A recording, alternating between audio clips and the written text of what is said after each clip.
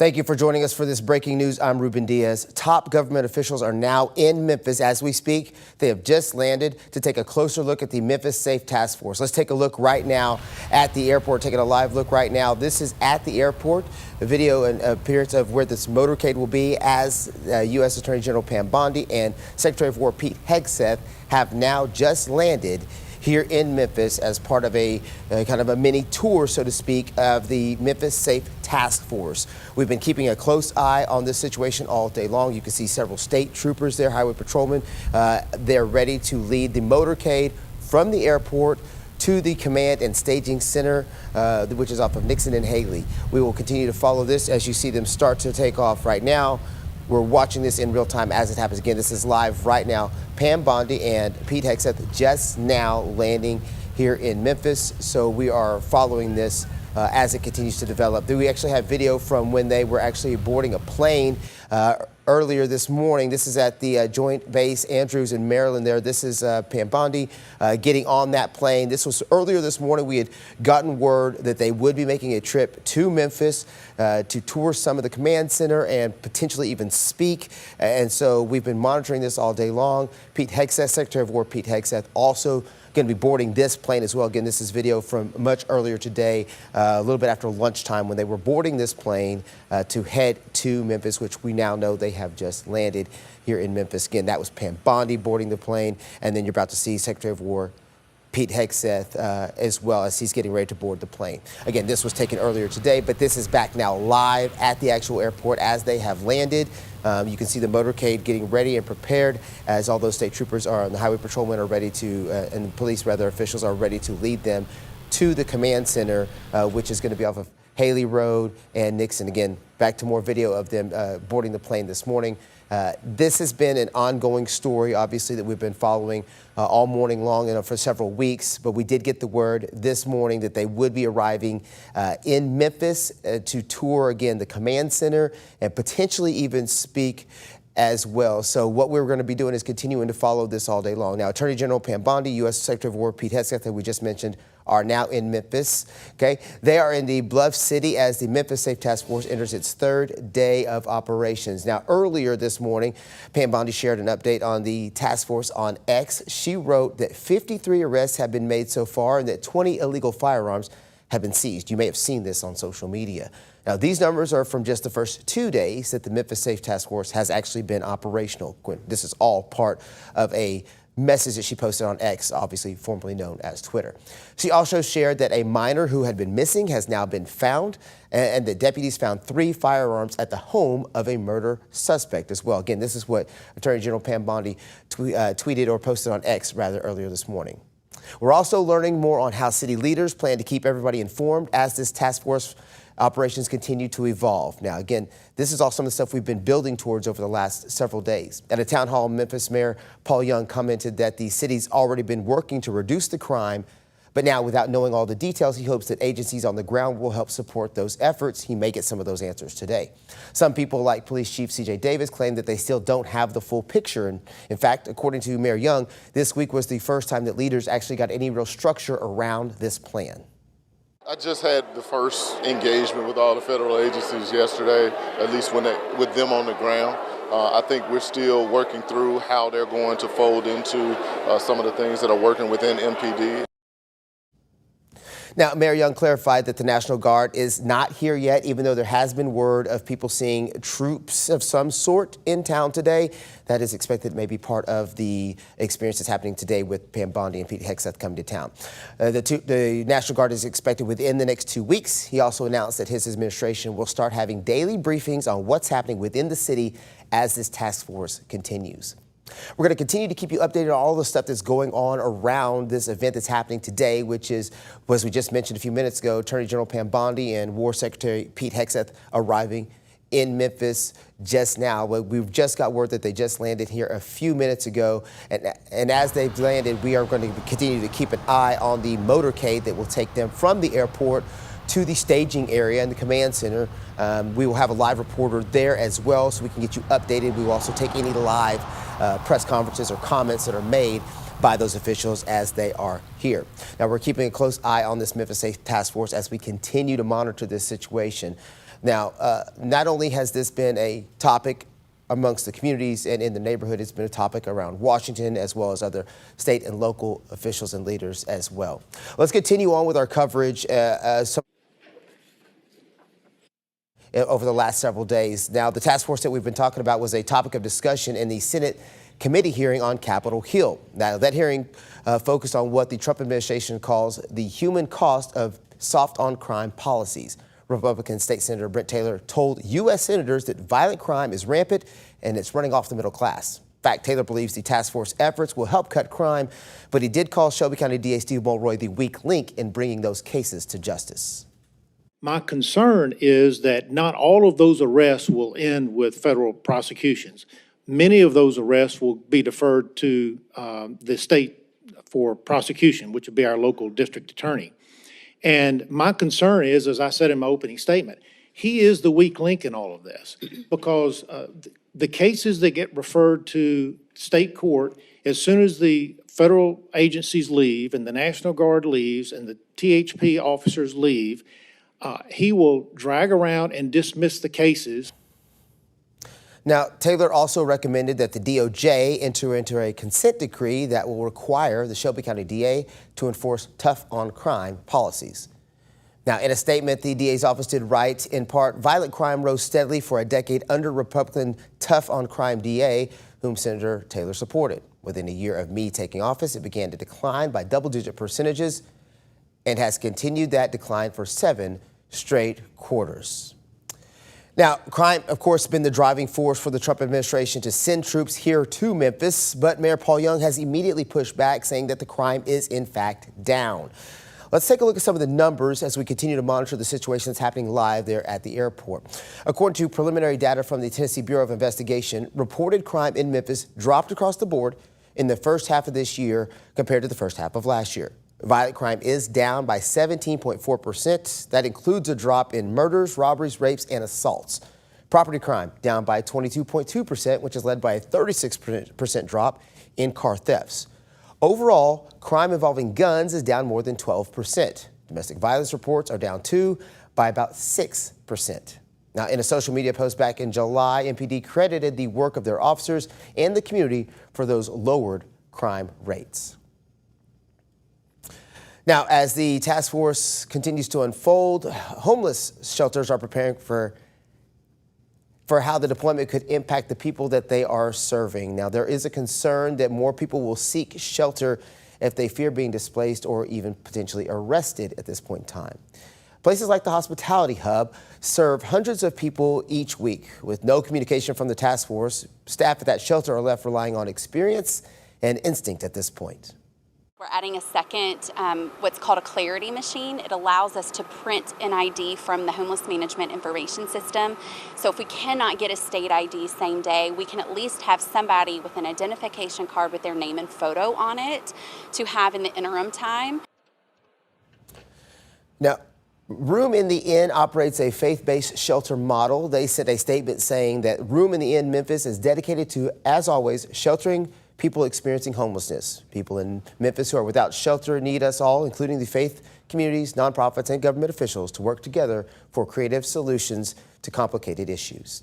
All right, let's take you back out live again to this motorcade who is waiting. They're waiting to bring Pam Bondi, U.S. Attorney General, and Secretary of War Pete Hegseth to the command center here in Memphis. We will continue to follow this on our streaming channel, but now we do want to take you back to your regularly scheduled programming on ABC 24. Again, we're just going to stay with this live on 24+. Continue with us and watch free now on the 24+ app everywhere you stream.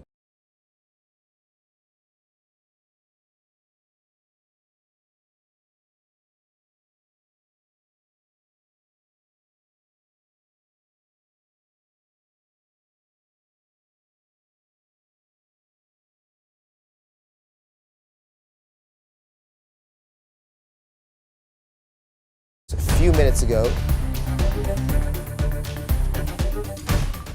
All All right, let's continue that breaking news that we've been following for the last several minutes as U.S. Attorney General Pam Bondi and Secretary of War Pete Hegseth have arrived in Memphis. We were told earlier today, in fact, as early as yesterday, that they would be making an appearance here in the Bluff City. We have received word that they have landed. We have a crew at the airport monitoring their motorcade that will take them from the airport to the command and staging center. We're going to continue to monitor both of those live locations and continue to bring you information as those live locations become a little bit more active. In fact, ABC 24's Lauren Turman is at the command center in the staging area, and she joins us now live. We're going to get caught up on exactly what is happening in that area. Lauren, what can you tell us right now?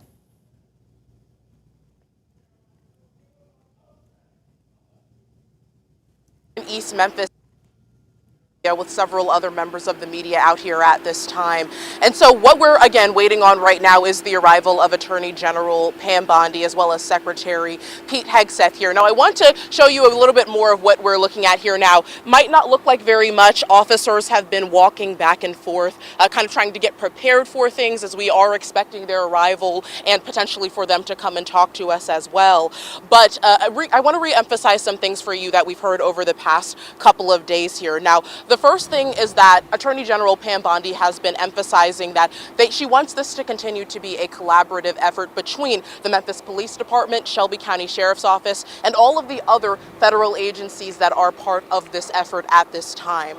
We have not gotten word about the National Guard deployment. We were told by Memphis Mayor Paul Young last night that the National Guard is not yet on the streets, but of course several other federal agencies are. Attorney General Bondi has detailed more than 50 arrests that have happened in the first 48 hours of this operation. So clearly they are seeing things as a success at this point. So as we are awaiting that, she has also been talking to other members of the media about how she wants this to be an expansion of some of the other efforts and plans that they have put forward in D.C., and that she's not understanding why other cities like Portland and Chicago, where National Guard deployments have been discussed, why they are not as collaborative as Memphis has been at this point. So, of course, we are awaiting some of those details to see if she still believes that is accurate at this point. And we are also waiting to see about the timeline for this operation and what all of this is going to be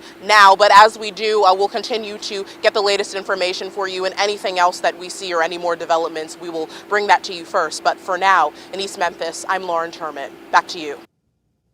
All right, Lauren, thank you so much for that report again. She's over at the command center and staging area where, again, not a lot happening right now as they await the arrival of Pam Bondi and Pete Hegseth, who are leaving from the airport. Let's take another live look, if we can, at the airport. The live shot that we have at the airport where the motorcade is waiting at this point in time.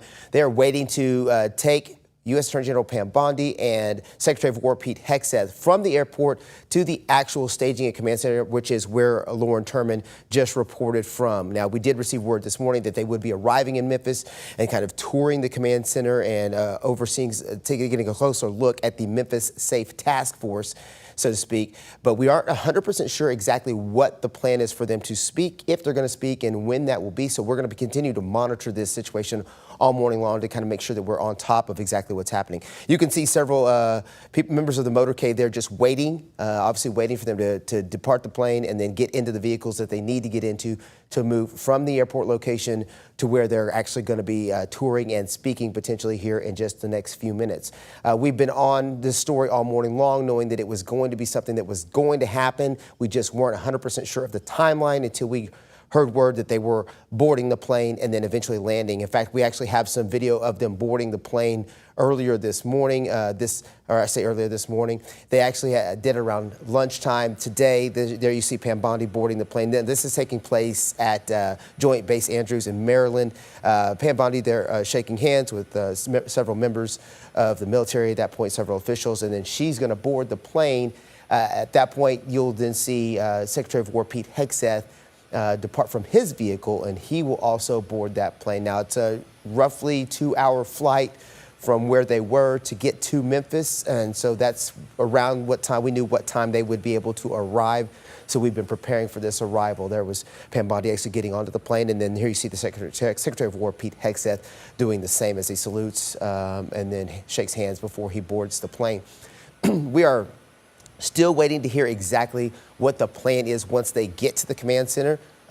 We are being told that they're going to potentially tour a couple of the places right around that command center and then maybe even potentially speak at that staging area, but we aren't 100% sure yet. All we do know is that they have landed and that the plan is for them to go from the airport to that command and staging center. And so we will continue to monitor that as well. We have multiple live shots and multiple live locations. Looks like they were starting to get moving a little bit, so we definitely want to keep an eye on that shot in case they start to move. But for the time being, let's go ahead and check back in with ABC 24's Lauren Turman. Lauren, you were there at the command center area. Again, not a lot going on right now, but what is the mood in that area right now?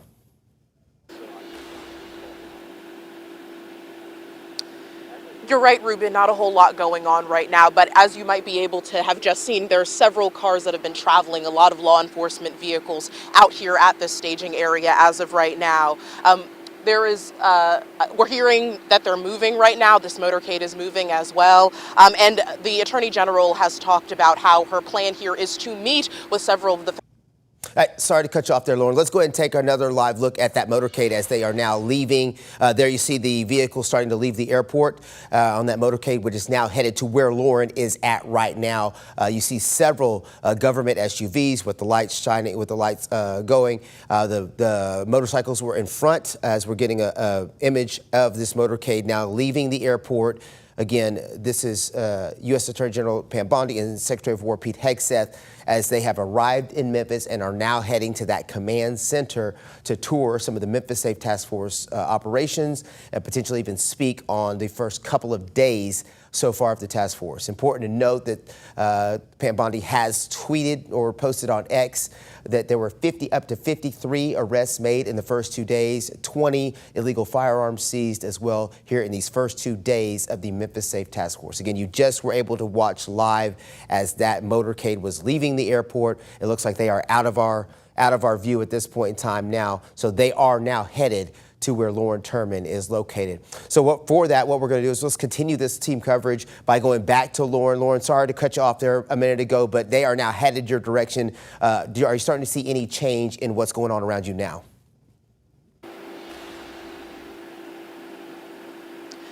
So, Ruben, as we've been looking out here, we're not really seeing much at this time. I'm not sure if you can see way back in the distance over there, but there are some officers and possibly some federal agents who have been setting up cones, possibly being able to direct their presence to this media staging area over here where the Attorney General and Secretary are expecting to meet us at this time.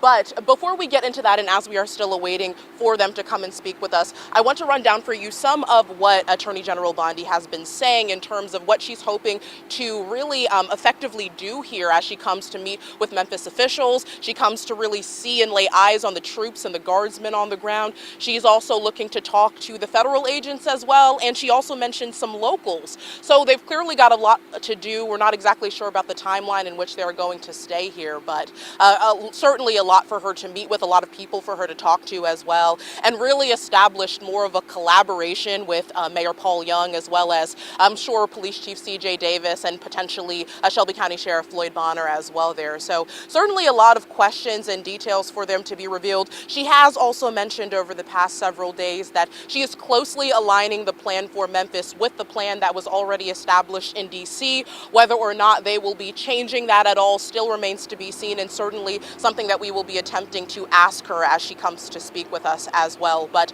that plan will at this time very closely mirror that of which we have seen already in D.C. and a lot of those efforts there with federal agencies. As you mentioned, the more than 50 arrests in the past 48 hours that these agents have been on the ground is clearly seen as something that is very successful for them. So, of course, lots of questions. We will certainly make sure to update you as we see any more cars, as we start to see any signs of their arrival. We will bring that to you first. But for now, I'm going to send it back to you, Ruben. Lauren, just be on the lookout. When you see those vehicles start to arrive, don't hesitate to let us know, and we will go right back out live to your location so that we can be the very first with what's going on. All right, so let's get you a little bit of background information as we wait for that motorcade to get from the airport to the actual command center. As we mentioned, U.S. Attorney General Pam Bondi and U.S. Secretary of War Pete Hegseth are now in Memphis. You just saw their motorcade as they were leading through the area. Now, they're in the Bluff City as the Memphis Safe Task Force enters its third day of operations. Now, we were just talking a little bit about some of these numbers that Pam Bondi shared on X about the task force. She wrote that 53 arrests have been made so far and that 20 illegal firearms has been seized. Now, that's within the first 2 days of the task force. You may remember that 9 arrests had been announced on the first day. Now that number is up to 53, as well as 20 illegal firearms being seized. Now, she also shared that a minor who had been missing has now been found, and the deputies found 3 firearms at the home of a murder suspect. Again, this is all what was posted on X this morning.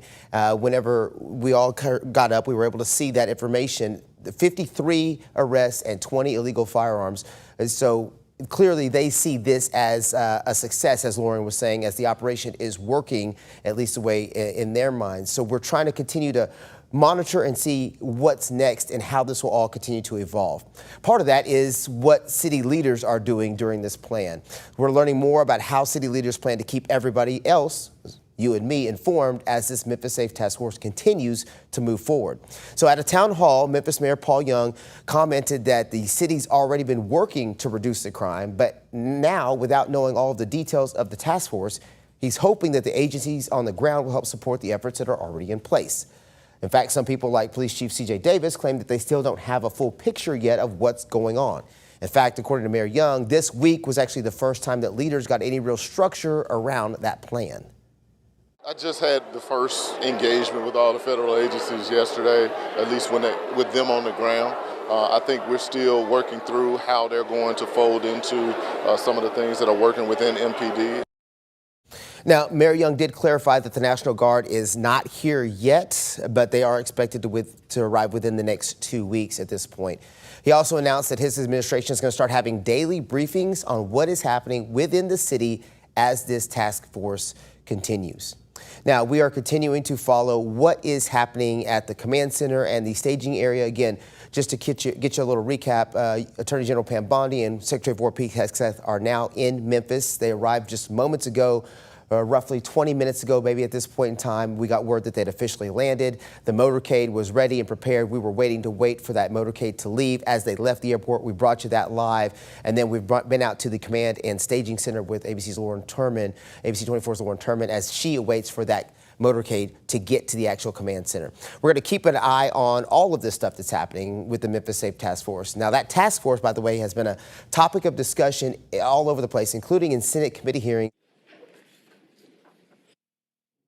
Hearing called for more focus on what the Trump administration is calling the human cost of soft-on-crime policies. Republican State Senator Brent Taylor told U.S. senators that violent crime is rampant and ruining the middle class. Taylor believes the task force efforts will help cut crime, but called Shelby County DA Steve Mulroy the weak link in bringing the cases to justice. My concern is that not all of those arrests will end with federal prosecutions.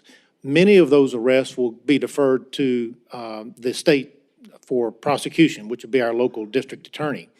And my concern is, as I said in my opening statement, he is the weak link in all of this because the cases that get referred to state court, as soon as the federal agencies leave and the National Guard leaves and the THP officers leave, he will drag around and dismiss the cases. Now, Taylor also recommended that the DOJ enter into a consent decree that will require the Shelby County DA to enforce tough on crime policies. In rebuttal to that, there was a statement from the DA's office that wrote, in part, violent crime rose steadily for a decade under a Republican tough on crime DA who Senator Brent Taylor supported. Within a year of me taking office, it began to decline by double-digit percentages and has continued that decline for 7 straight quarters. All right, let's continue to monitor this situation with our live presence at the command center. ABC 24's Lauren Turman is actually at that command center in that staging area right now, the media staging area. Now, they have not arrived just yet. Pam Bondi, Steve, and Pete Hegseth, rather, have not arrived just yet, but they should be there in the next few minutes. What What can you give us about that area right now, Lauren? Oh, looks like we met. There, she's back. What's the vibe and what's the mood out there right now, Lauren? So again, Ruben, not a lot of movement right now. Maybe about 30 minutes or so ago, we saw dozens of police officers. We saw some federal agents walking around these roads there. Over the past several hours that we've been here, we've progressively been seeing lots of Shelby County Sheriff's vehicles. We've also been seeing lots of police vehicles come through this area and crowd and also walk across the street several times, more than likely trying to get prepared for the Attorney General's visit here as well. But as we are waiting for them, there were some really interesting points that we've been hearing over the past couple of days as we are going to try to get some of our questions answered here about what their goals are for these federal agencies and eventually for the National Guard as well. Attorney General Bondi has said that she has been really receiving some cooperation from the Memphis mayor. Mayor Paul Young hasn't quite described it in that way. He said that he is hoping that whatever these federal agencies are doing is an extension of what they are already doing on the ground here in Memphis with local law enforcement. But she's also compared Memphis to cities like Chicago and Portland, saying that they should be begging President Donald Trump to come in and eventually kind of remodel their cities and talk about how he and the administration would go in there to effectively try and stop the crime that is going on over there. But she has compared it to Memphis.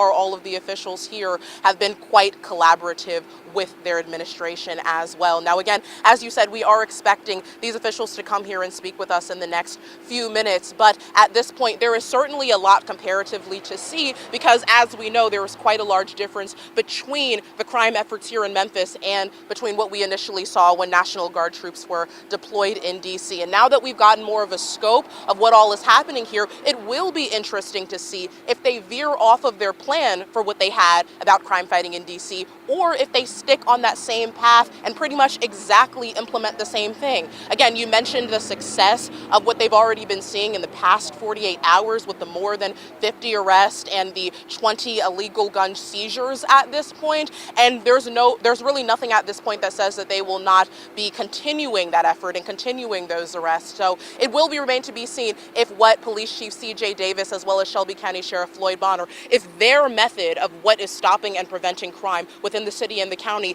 aligns with what the Trump administration currently has at this point. So it certainly remains to be seen, and we do expect to hear more of those details as we are expecting their arrival in the next few minutes here. But I'm going to send it back to you at this point. Lauren, thank you very much for that report. Obviously, a little bit of movement behind you, but they have not actually gotten to her location yet. So we'll continue to monitor that with ABC 24's Lauren Turman and take you back out live the moment that they do arrive. So what's bringing all this? What created this? Well, apparently crime, right? Crime had been the driving force for the Trump administration to send troops to Memphis. Now, this despite the fact that Mayor Paul Young immediately pushed back, saying that crime is actually down. Now, let's take a look at some of the numbers to put all of this in perspective. According to some preliminary data from the Tennessee Bureau of Investigation, reported crime in Memphis dropped across the board in the first half of this year compared to the first half of last year. Violent crime down 17.4%, including a drop in murders, robberies, rapes, and assaults. Property crime is down 22.2%, led by a 36% drop in car thefts. Overall crime involving guns is down more than 12%. And domestic violence reports are down too, but only by about 6%. Now, in a social media post back in July, MPD actually credited the work of their officers and the community for the lowered crime rates that they're seeing right now. As the Memphis Safe Task Force unfolds, homeless shelters are now preparing for how that deployment could actually impact the people that they serve. One concern is that there will be more people that will be seeking shelter if they fear being displaced or even potentially arrested. Now, the Hospitality Hub serves hundreds of people each week. With no communication right now from the task force, the staff there are just left to rely on experience and instinct. We're adding a second, what's called a clarity machine. It allows us to print an ID from the homeless management information system. So if we cannot get a state ID same day, we can at least have somebody with an identification card with their name and photo on it to have in the interim time. Now, Room in the Inn operates a faith-based shelter model. They sent a statement telling us that Room in the Inn Memphis is dedicated, as always, to sheltering people experiencing homelessness. Those in Memphis who are without shelter need us all, including faith communities, nonprofits, and government officials, to work together for creative solutions to complicated issues. Now, nonprofit Memphis Lift will host a meeting to help parents understand the arrival of the task force and what that could mean for your children. The organization is going to actually meet tonight from 6 to 7. That's going to be on Britton Road. Organizers encourage anyone who plans to attend to be prepared to ask questions. All right, let's continue to monitor and talk about what's going on and kind of reset the stage for you as we wait for the official arrival of Pam Bondi and Pete Hegseth. So earlier this morning, we received word that the Attorney General, Pam Bondi, and the Secretary of War, Pete Hegseth, would be coming to Memphis today. We were able to catch wind of the fact that they would be boarding a plane, and that happened around lunchtime, 1 o'clock in Maryland. We actually have some video of them boarding a plane. This is actually some video from earlier today where we were waiting on a motorcade at that airport, at the Memphis International Airport area, in the airport area rather. We were waiting on the potential motorcade. They had not arrived yet at the time that this video was being taken. In fact, they were still preparing to board a plane and leave the Maryland, the Joint Air Force Base, Andrews Base rather, in Maryland before they were headed here. This is some of the preparatory work, the prep work that the officials, Shelby County sheriffs, police, federal agents as well, all preparing for their arrival earlier today. We actually have a video of when they were boarding the plane on their way to come to Memphis. This is that video right here of Pam Bondi. You see her at this point in time getting ready to approach the plane.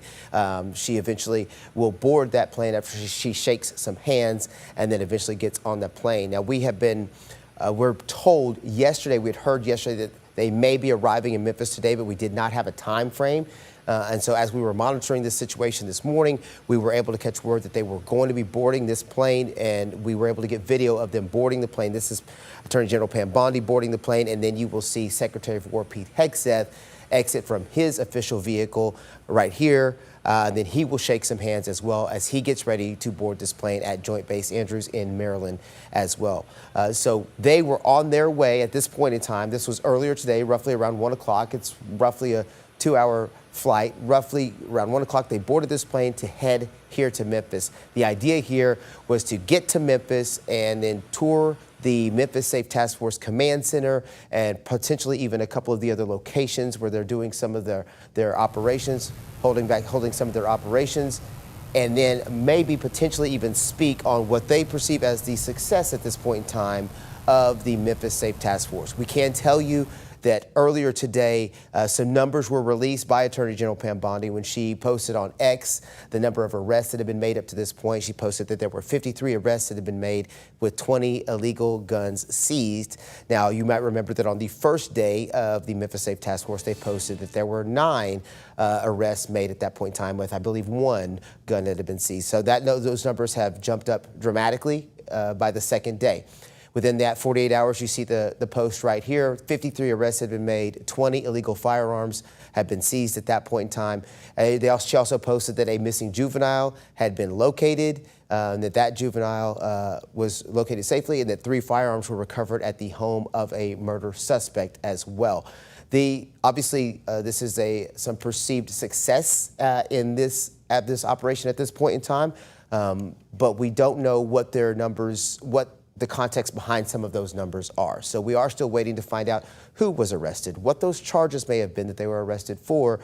The context matters in all of this. And as we find that information, we'll be able to relay that information to you as well. But at this point in time, that information has not been released. Just the raw numbers as far as the number of people that have been arrested are the only numbers that have been released. We are still waiting for Pam Bondi and Pete Hegseth to actually arrive at the command center. That's where ABC 24's Lauren Turman is. We will go to her as soon as we get word that they have actually arrived. That motorcade was leaving from the airport and then all the way down to the command center, so it will take them a few minutes to get there. Once they get there, we will go there live and determine what's happening, if they're going to be touring, if they're going to be speaking, and if they do, we will, of course, be bringing that to you live right here on 24+. Let's keep you updated, though, on how this continues to unfold and continues to evolve.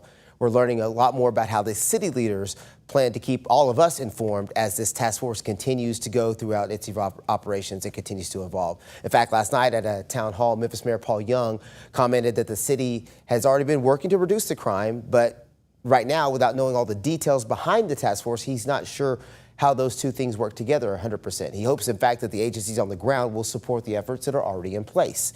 In fact, people like Police Chief C.J. Davis claim they still don't have the full picture of how all this will work.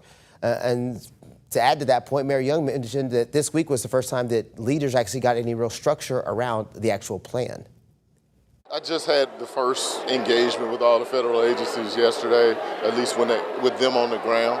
I think we're still working through how they're going to fold into some of the things that are working within MPD. Now, it's important to note that Mayor Young did clarify that the National Guard is not actually here yet. They are expected to arrive within the next 2 weeks. He did announce that his administration will start having daily briefings on what is happening within the city as the task force continues to evolve and as they continue to operate.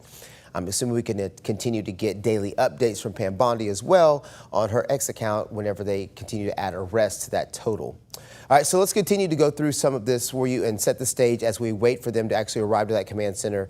And when they get there, we will, of course, go live to ABC 24's Lauren Turman to get you updated on the very latest that they're saying and doing at that command center. As we mentioned a few moments ago, Attorney General Pam Bondi and Secretary of War Pete Hegseth are in Memphis now. They landed roughly 20 or 30 minutes ago and have now been in their motorcade on their way to the command center. In fact, I'm hearing that they may be getting closer. So let's go ahead and check back in with ABC 24's Lauren Turman as she is at the actual command center right now. She's been monitoring that area most of the day, and since she arrived today, she went out to make sure and see what that layout looked like and what the opportunities might be for us to be able to speak to and potentially see the Secretary of War as well as the Attorney General. There's Lauren Turman joining us now. Lauren, I know they have not arrived just yet, but they should be getting close at this point in time. Are you hearing anything in that area about when they may be there?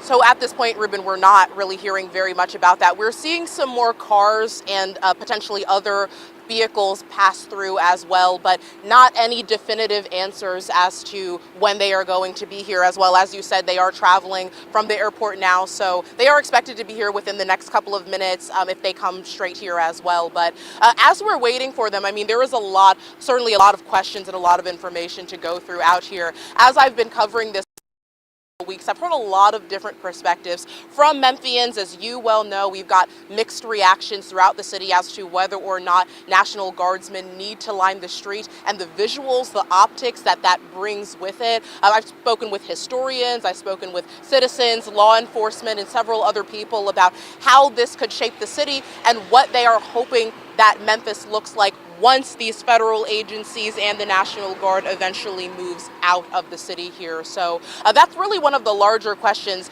Mayor Young said last night at the town hall that we attended that at this point he wants everything to continue.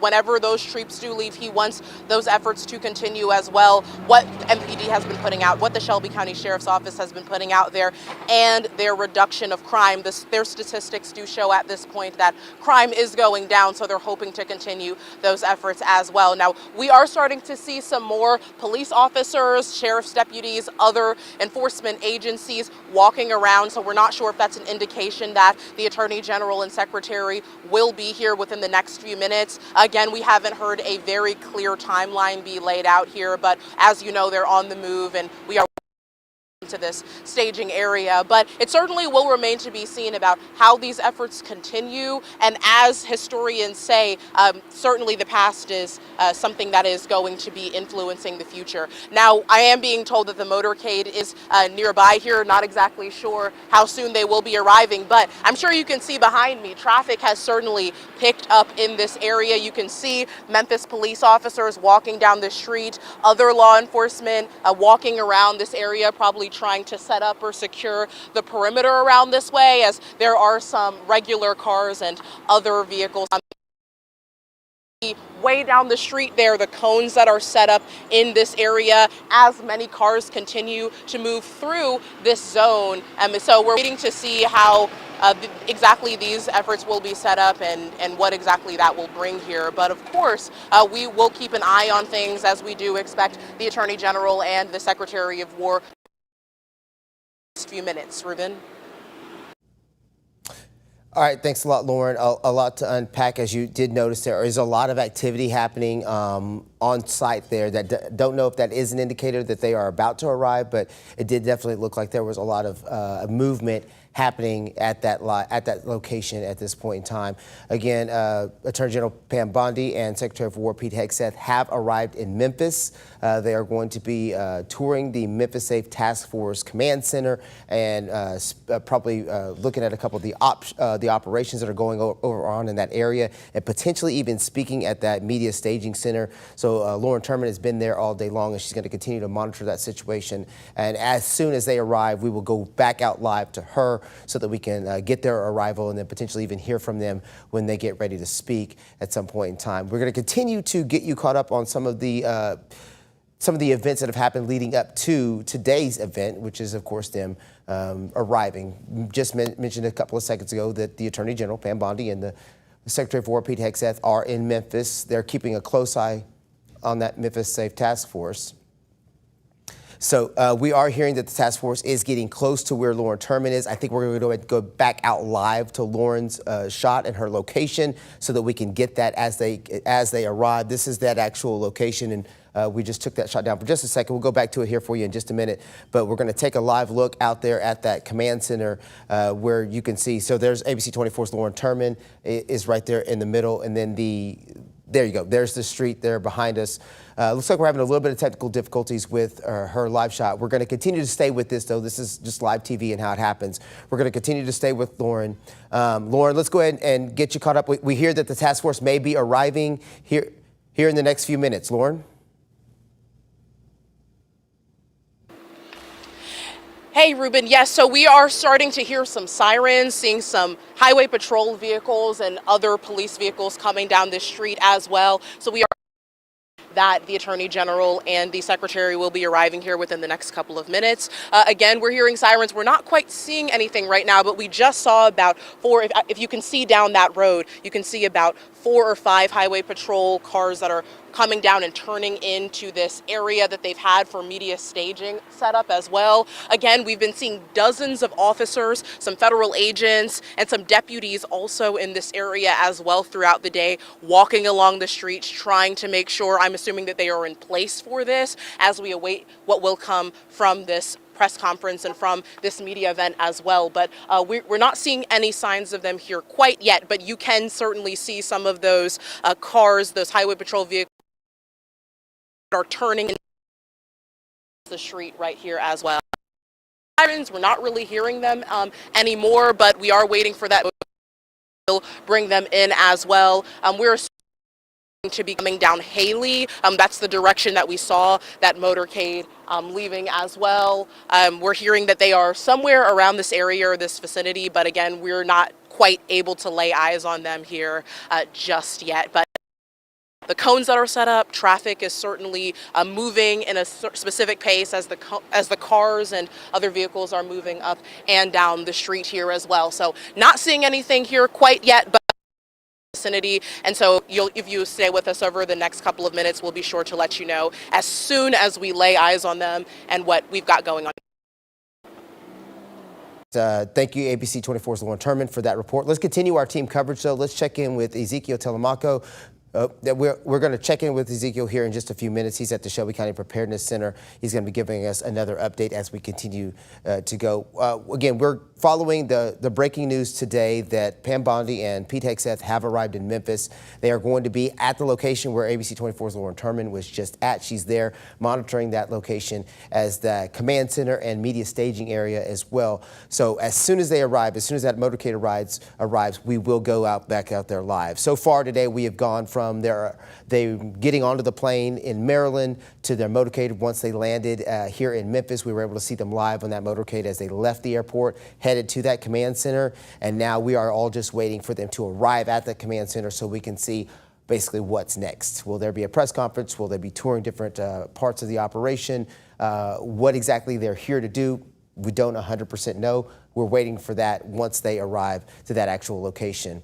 Again, there was a lot of activity around behind Lauren. You may have seen several highway patrol, lots of cars moving in and out. To me, that's an indication that maybe they are not there just yet, because I'm pretty sure they would block those streets off as those officials get ready to arrive to that location, because they're going to clear that location out and make sure they get there quickly. So we're going to keep an eye on that to make sure that we are monitoring that situation for when they actually arrive. There is, again, a lot of backstory behind all of this that we're dealing with at this point in time. Let's talk a little bit about the fact that this has been a hot topic of conversation all across. Again, we may be going back out live any moment, so just stay with us as we go through this. There was a hearing focused on what the Trump administration has called the human cost of soft on crime policies. Now, Republican State Senator Brent Taylor told U.S. senators that violent crime is rampant and running off the middle class. Taylor believes the task force efforts will help cut crime, but he did call Shelby County DA Steve Mulroy the weak link in bringing those cases to actual justice. My concern is that not all of those arrests will end with federal prosecutions. Many of those arrests will be deferred to the state for prosecution, which would be our local district attorney. And my concern is, as I said in my opening statement, he is the weak link in all of this, because the cases that get referred to state court, as soon as the federal agencies leave and the National Guard leaves and the THP officers leave, he will drag around and dismiss the cases. Now, Taylor also recommended that the DOJ enter into a consent decree that will require the Shelby County DA to enforce tough on crime policies. Now, in a statement, the DA's office responded. They wrote in part, violent crime rose steadily for a decade under a Republican tough on crime DA who Senator Taylor supported. Within a year of me taking office, it began to decline by double-digit percentages and has continued that decline for 7 straight quarters. All right, let's continue our live team coverage now. We're going to go out to ABC 24's Ezekiel Telemaco. He's at the Shelby County Preparedness Center. Ezekiel, tell us a little bit about what's going on at your location.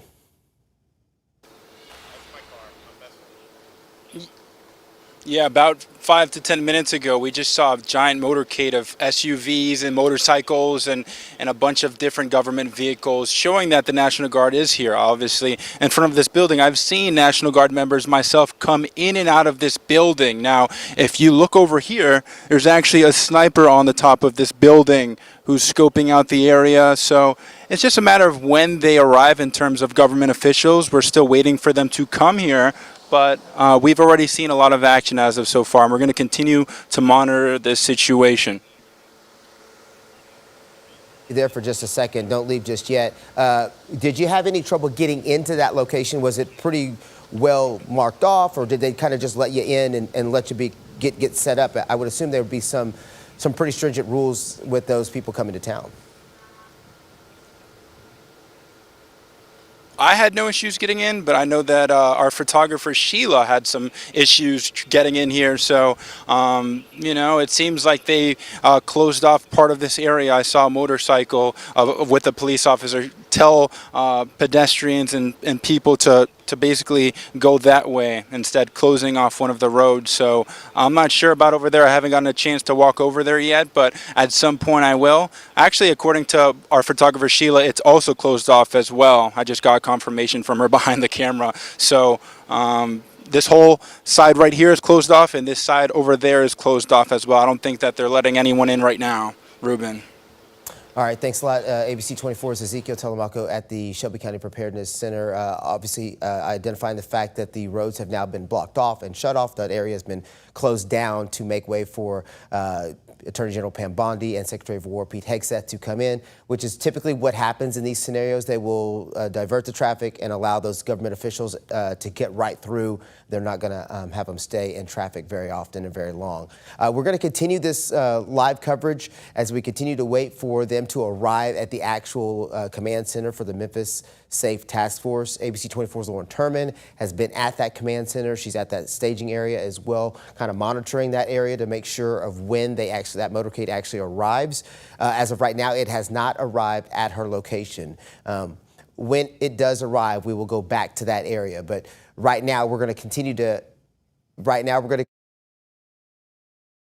to follow through these stages of this command and this operation as it continues to go, as it continues to evolve. Now, the task force has been in operation for 2 days at this point in time.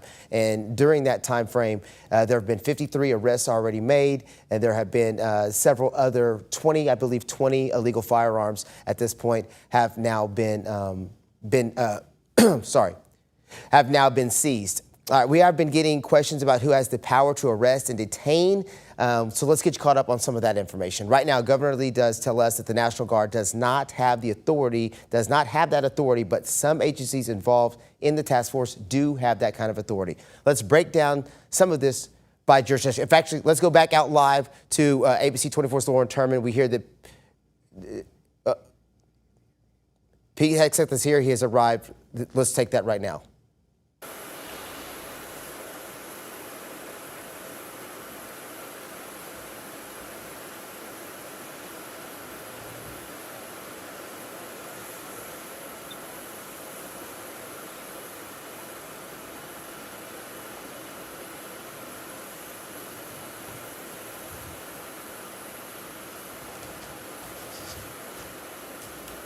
All right, you're taking a live look right now of Secretary of War Pete Hegseth and Attorney General Pam Bondi meeting with Governor Bill Lee.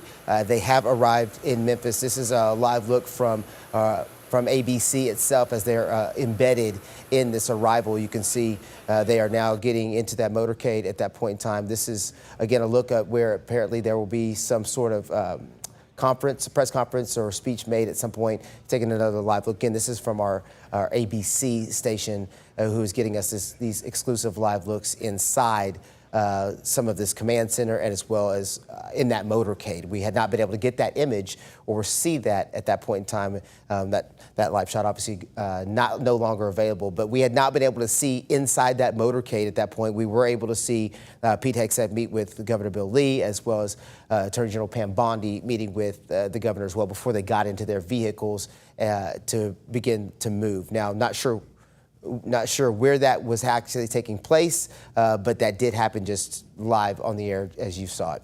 All right, let's go. That's actually taking place. We're at the command center, at the preparedness center where Ezekiel Telemaco is. So we will continue to monitor his location as well so that we can maybe go back to him as they get ready to leave or as he gets more information from that location. All right, let's talk a little bit about some of these jurisdictions and some of the breakdown of what they're able to do so that you have that information. Let's start with the U.S. Marshals Service. They can enforce all laws in the U.S. and they can make warrantless arrests for any and every crime. Important for you to know that. Next, let's talk about the FBI. The FBI can only enforce federal laws and they can only make warrantless arrests for federal crimes. So there is a distinction in some of these. As for the Bureau of Alcohol, Tobacco, and Firearms and Explosives, also commonly known as the ATF, the Drug Enforcement Administration, which is also known as the DEA, they can only arrest for crimes involving the subjects in their actual names. So things like drug possession, alcohol, firearms offenses, things like that. But like the FBI, they can make warrantless arrests if a crime is committed within their presence. If they see it, they can arrest you for it. Homeland Security Investigations focuses on disrupting international crime and enforcing immigration law. So there is a distinction there between them and, say, the Marshals Service. The U.S. Attorney's Office for the Western District of Tennessee's jurisdiction handled all of West Tennessee's 22 counties, and they are the ones who will prosecute any of the arrests that are made out of this Memphis Safe Task Force. Now, again, let's reset some of the stage here and get you caught up on what we're waiting for and where we're at. Earlier today, we got word that we heard that Attorney General Pam Bondi and Secretary of War Pete Hegseth would be coming to Memphis. So we were monitoring that location. We were able to catch them as they were getting onto a plane, boarding the plane, and head to Memphis. This is them earlier today, roughly noon, 1 o'clock, when they were boarding the plane as they were going to make their way to Memphis. This is Pam Bondi. You see her as she shakes some hands before she actually boards the plane. Again, this was roughly around lunchtime, a little bit after lunchtime. We knew that it was roughly a 2-hour flight, give or take, and that would put them in Memphis somewhere between 2:45 and 3 o'clock. Again, this is Pam Bondi actually boarding that plane. The Secretary of War, Pete Hegseth, also arrived at that same location to board that same plane. You'll see him here in just a second get out of his official vehicle, and once he gets out of his vehicle, he will, shake some hands, salute, and then he boards the plane as well. We knew that from the time they boarded that plane, how long it would take them to actually get to Memphis. It was roughly a little under 2 hours, so right around 2:45-ish, we knew that they would be on location. We had a crew on standby at the airport to capture their arrival. We were able to bring you that live as that motorcade was able to take off from the actual airport. And then we have a crew live at the command center as well, which is where they should be going. That staging and command center is where ABC 24's Lauren Turman. We also have a crew live at the Shelby County Preparedness Center, which is where you just saw some of that video from as well. Ezekiel Telemaco is there. We will continue to monitor both of those locations. This is some video from earlier today of the motorcade before they actually arrived. This was the motorcade getting prepared for their arrival. They had just left the Air Force Base, just left the base, and were on their way to Memphis, and the motorcade was getting prepared. This is some of the preparedness beforehand. When they actually got here, we were able to take that motorcade live, but you see several officials, you see dogs, you see them definitely securing the area before the arrival of these top two U.S. government officials. We want to continue to follow the live and latest elements of today's breaking news. And part of those live breaking elements are at that command center where ABC 24's Lauren Turman is. We're going to continue to monitor that area and check in with her live as she continues to get more updates. As we've checked in with her at this point, we have seen some activity around, but nothing official. At one point, they heard sirens and thought that potentially that motorcade was there, but it turned out to not be the motorcade just yet. We did see several state troopers pull in at one point in time. We've seen several other vehicles come in and out. That much activity told me that they probably were not there yet, because they will block off those streets just like what they did at the Preparedness Center, which is where ABC 24's Ezekiel Telemaco is. At his location, they had shut down the roads to clear a path for those officials to get in. Once they do that at Lauren's location at the command center, then we will know that they are on their way there. We were able to get an exclusive inside look, thanks to ABC, of the governor meeting with Pete Hegseth and Pam Bondi. You were able to see him kind of shake hands and welcome each other before they got into some vehicles. And then we took a really quick sneak peek into that preparedness center, which is kind of one of the hearts of some of this operation. There have been a lot of developments over the last several days. One of the most recent developments happened this morning when the Attorney General posted on X, also formerly known as Twitter. She posted some of the latest numbers of the Memphis Safe Task Force. She was posting that there were 53 arrests that have been made at this point in time. You see the post right there next to me. The 53 arrests that have been made, as many as 20 guns had been seized at that point as well. You might remember this is up from the first day. The first day, the number was 9 arrests, and I believe there was 1 or 2 guns that had been seized. But by the day 2, those numbers had jumped dramatically. 53 confirmed arrests and 20 illegal firearms seized. Now, what is not known is what those arrests are for or who made those actual arrests. We don't know the severity of the charges with those arrests. All we know is that there are 53 arrests that have been made. She also posted that yesterday a missing juvenile was located. Somebody that had been missing has now been found, and also posted that there had been several guns, 3 firearms recovered at the home of a murder suspect. So this was earlier this morning, that this update was posted. Again, a pretty dramatic uptick from the first day of numbers. The first day included 9 arrests and 1 or 2 firearms. By the 48-hour mark, we were talking about 53 arrests and up to 20 firearms that have been seized at this point in time. We're still waiting on confirmation for when they will actually arrive at the actual command center. We do know that we did take a look again just a few moments ago. We got a live exclusive look, thanks to ABC, from the motorcade. Inside that motorcade, you were able to see the Secretary of War, Pete Hegseth, as well as the Attorney General, Pam Bondi. They were able to meet with Governor Bill Lee. They were shaking hands and welcoming each other before they got into their vehicles and were probably headed to the next site. We are waiting for them to arrive at that command and staging center, which is where ABC 24's Lauren Turman is located. Now, once they arrive there, we will take that live so that we can listen in on whatever they may have to say at this point in time. Let's get you some video of this is what we were able to see earlier today. Again, we'd been following this all morning long, and this is the actual video of the motorcade leaving the airport after their arrival. You can see several vehicles and several, obviously, government vehicles there with the lights flashing. These are official government vehicles that obviously contain those top government officials. You have the Attorney General Pam Bondi and the Secretary of War Pete Hegseth in those vehicles headed down Memphis streets to the command center at some point in time. Now, what is unknown is the agenda or schedule for today. We don't know how many stops they're going to make before they get to the command center. We don't know if they're planning to actually speak at that command center, but we do know they are in town. And we have been able to see some exclusive video of them in town when we saw them meet with Governor Bill Lee inside that motorcade. And then we took that quick look inside the Preparedness Center. ABC 24's Ezekiel Telemaco is actually at that Shelby County Preparedness Center. We checked in with him a few moments ago as well. He was able to tell us that the roads had been blocked off in both directions, which to me was a direct indicator that the officials had been there. Usually they'll block the roads off so that they can get there clear without any traffic. This is a look at that Preparedness Center, and again, one of the officials' vehicles. This is a live look right now at that Shelby County Office of Preparedness. You can see one of the government officials there. Not a lot of activity there at that point in time right now. We will continue to check in with him as he gets more information, as maybe he's potentially able to speak to somebody. Let's take a live look inside just so you can understand what it looks like inside that Preparedness Center and kind of what you could expect. There's not a lot going on inside there right now, but I think it's important to get those live looks and to get you an idea of what can be seen. You can just see inside the building right now, there are some people, some officials and some officers, some deputies waiting for the arrival of Pete Hegseth and Pam Bondi. They, again, have not made it to all of the locations that they're supposed to attend yet.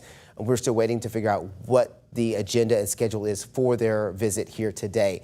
We do not know for sure what time they'll be at the command center. We do know that they are en route. We did get some video of them at the Preparedness Center, the Office of Preparedness, when they were meeting with Governor Bill Lee, but we have not been able to get any other video or any other confirmation of what they were doing while they're there. They have not spoken to the media. They have not set up any official press conferences or allotted any time to speak to the media or answer questions. They may very well not do that at all. But if they do, we will be prepared and we will take those questions and answers and statements live so that you can get the best of them. I'm not sure if we still have ABC 24's Lauren Turman available, but she is at the command center, and she's been at that command center and staging area all day long waiting for the arrival of the Secretary of War and the Attorney General. So while she's at that command center, so far she's been able to tell us that she has not seen them yet. Obviously, we hadn't seen them arrive at that area. And there was a lot of traffic and activity in the area, a lot of people milling around. As she described it, everyday cars along with officials and government official vehicles. So it didn't appear as though they were at that location or close to that location yet. She is a little bit of a distance away from where some of the cones are marked off from some of where the area where people are going to be able to be at and where maybe the media might actually be staged at. So she is still monitoring that situation, and we're monitoring it from here in the studio to see of when the best time to go back out there to her so that we can get an idea of what it looks like. Now, she joins us now live. Lauren, thanks so much for joining us again. Can you tell us, has anything changed in the last 15 or 20 minutes at that staging area?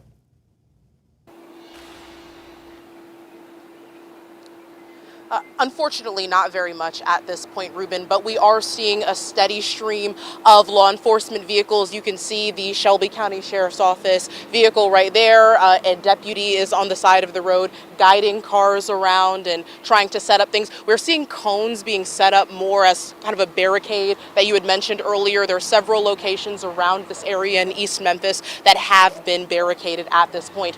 But there is a very steady, slow progression of cars as those deputies are trying to guide them through this area as of right now. Again, we heard sirens earlier, but we have seen motorcycles also come through, so we believe that they might have gone to the area where Ezekiel is right now. But we've been seeing a lot of the motorcade and other vehicles come through here as well, likely trying to set up and get prepared for when the Attorney General and Defense Secretary eventually come into this area as well. You mentioned we're not very clear right now about their schedule, so we're not sure if they're going to head over to that other area of government first and then come to this command center, or exactly what things are going to look like at this time. But of course, we are continuing to look. We've been trying to scope out the types of cars, lots of unmarked vehicles, sheriff's office, police vehicles as well. So lots of identified and unidentified cars that are coming through at this point. But of course, once we start to hear more of the details, again, we know they're in this area, but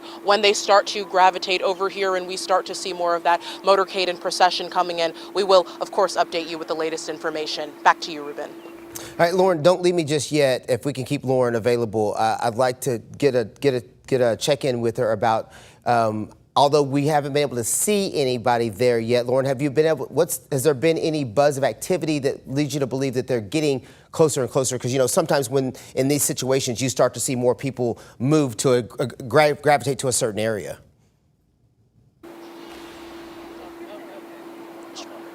And I mentioned earlier, to your point there, some of the motorcycles and motorcade vehicles that have been coming through, making this turn at the intersection of Nixon Drive and Haley right here. And they look like they were coming from the Shelby County government offices, the preparedness center and area where Ezekiel currently is right now. So that's what makes me think that they may start over there and then eventually make their way back over here. Of course, that's unconfirmed at this point. We're not aware of their schedule, but you can see right here, we're seeing some highway patrol vehicles. We're seeing the sheriff's deputy talk to them and tell them where to go, directing a lot of the lines of cars that are coming through at this point. And then beyond the stop sign, if you can see down the street, you're also seeing some of the federal agents and some of the other deputies that are walking across this area that's been barricaded by some cones at this point now. Now, as a lot of these vehicles start to make their way over there, that does certainly indicate that something is buzzing, that people are probably going to make their way over here, maybe within the next few minutes or sometime soon at this point. So we are keeping an eye on that, but we have seen more of a steady stream of a lot of federal cars, a lot of local law enforcement agencies coming through this area at this point as well. So that's what we know so far, but of course, we'll keep you updated, Ruben. Lauren, thank you so much for that. That's exactly what we were looking for, is trying to get an idea of exactly kind of what that buzz seemed like. I know you've got other work to do, so we're going to let you get back to keeping an eye on that situation. We'll check back in with you here in just a couple of minutes.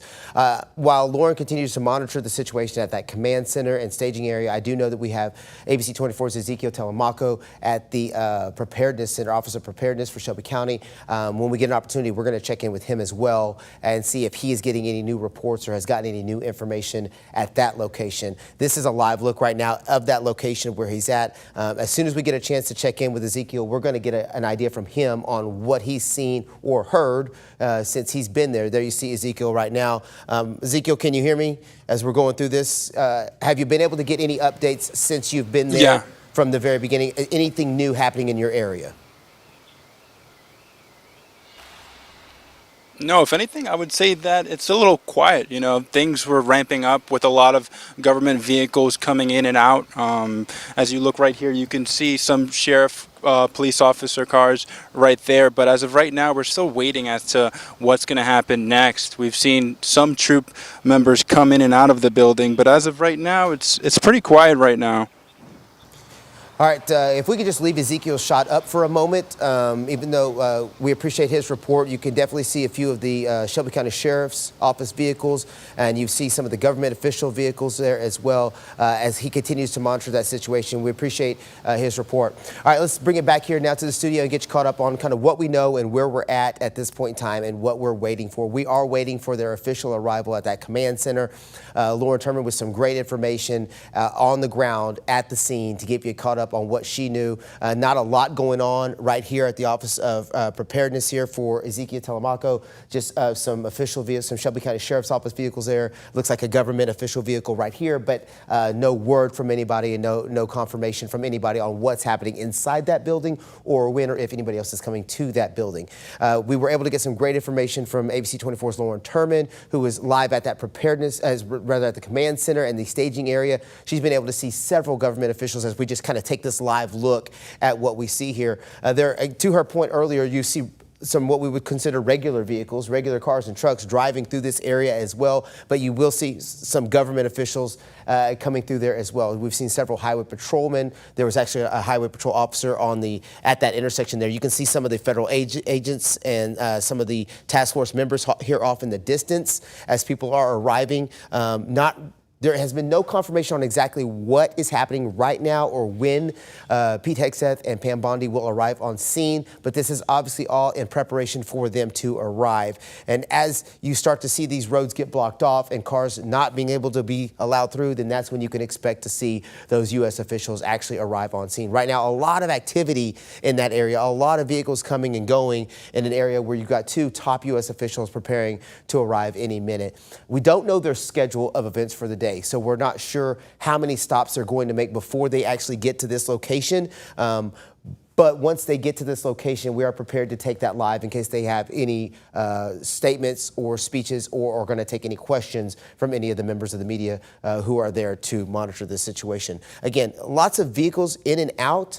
Which tells me that it's still a very active intersection and has not been shut down. Those roads have not been shut down or cleared, so to speak, yet for those top U.S. officials.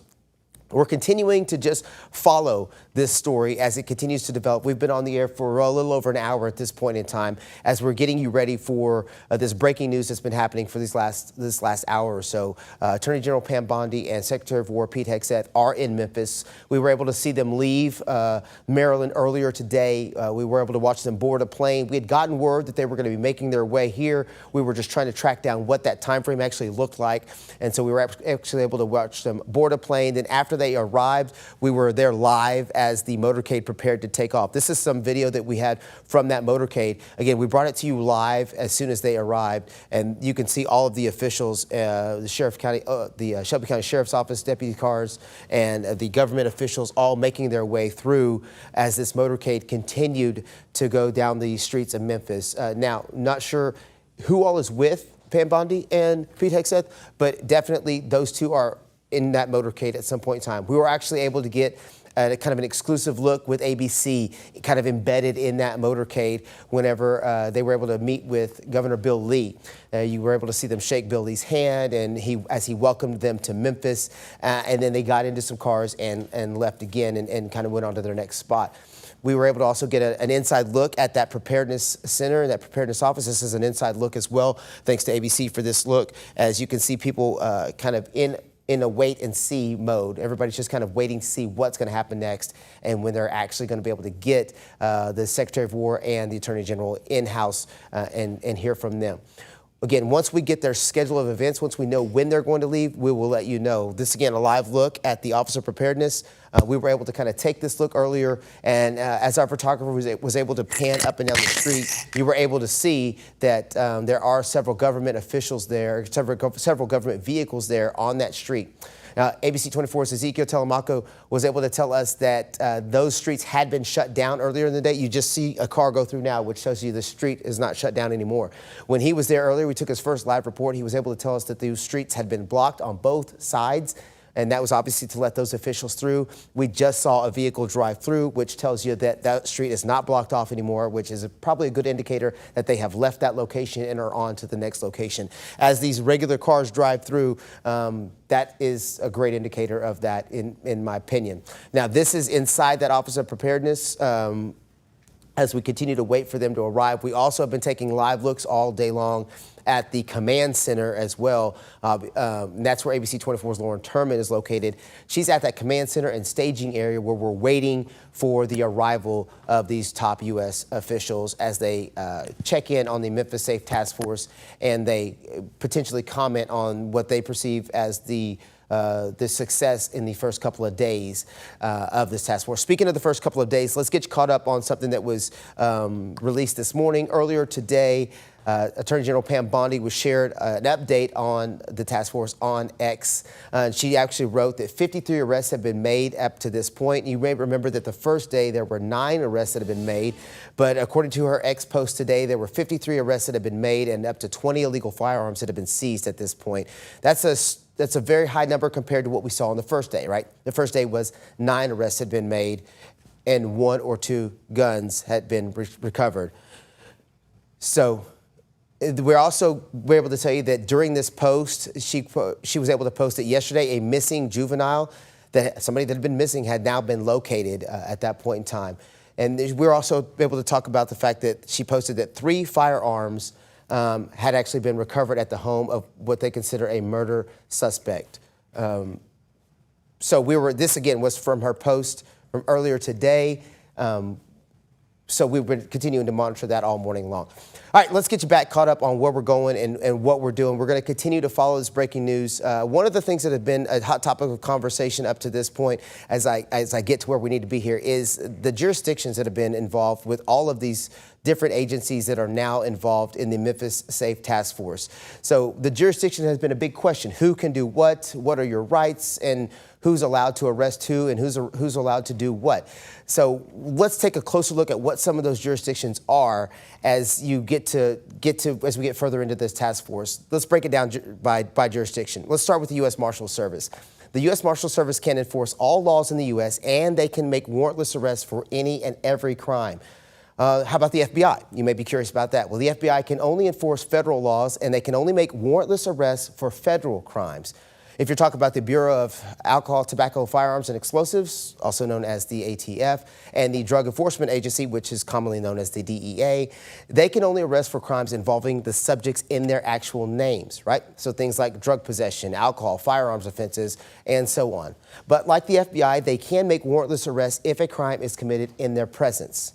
When you're talking about the Homeland Security investigations, they focus on disrupting international crime and enforcing immigration laws. So a difference there between, like the U.S. Marshals. The U.S. Attorney's Office for the Western District of Tennessee jurisdiction handled all of the West Tennessee's 22 counties, and they are the ones who will prosecute any arrests. Important to note, that's the big line there. They will be the ones that prosecute any arrests that come from this task force. Now, this has been a long road of this deployment at this point in time, right? We want to walk you through how we actually got to this point at this point in time. Memphis first became the topic of concern for the Trump administration back in May of 2025 when newly appointed FBI Director Kash Patel called the Bluff City the murder capital of America. After President Donald Trump deployed the National Guard to Washington, D.C., he began to mention that Memphis was next. On September 12th, the president made those intentions clear. I think maybe I'll be the first to say it right now again. We're going to Memphis. Memphis that's the next city. Deeply troubled. Memphis Mayor Paul Young and others fired back, saying the 901 does not need the National Guard's help. I want to be clear, I did not ask for the National Guard, and I don't think it's the way to drive down crime. However, that decision has been made. Just 3 days later, the president, with Tennessee lawmakers all around, including Governor Bill Lee, inked the deal. I'm signing a presidential memorandum to establish the Memphis Safe Task Force. Memphis leaders began to prepare. Mayor Young talked with his counterparts in our nation's capital who were already dealing with a deployment. He listed 3 key areas of focus based on that conversation: law enforcement, beautification, and homelessness. I think the public should know that my goal as mayor is to make sure that as individuals come into our city, that we are working with them to amplify the work that we're already doing.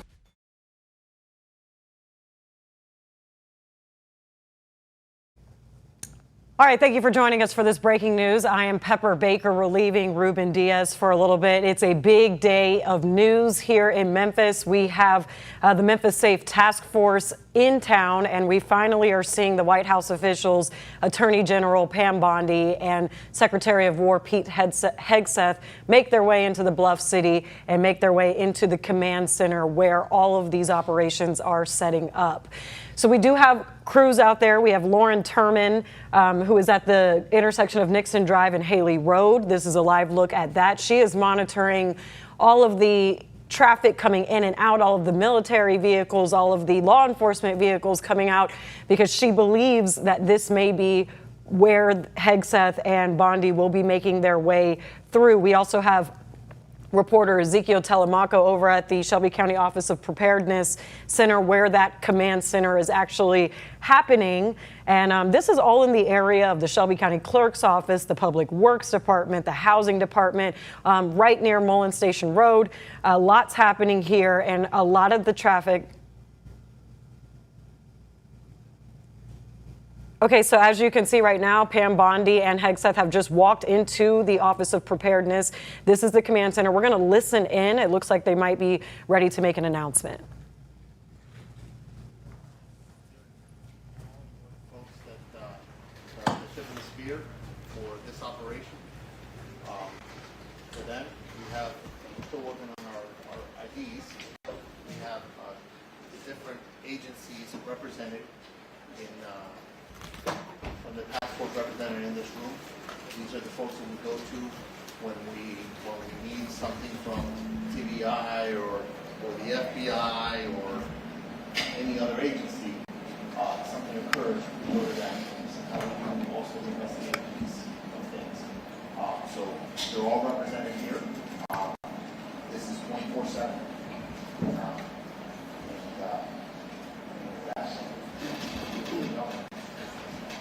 For those who I've not met, I'm the governor of Tennessee, and I am as grateful a person as there is in this room for you, for your leadership, for your role that you play.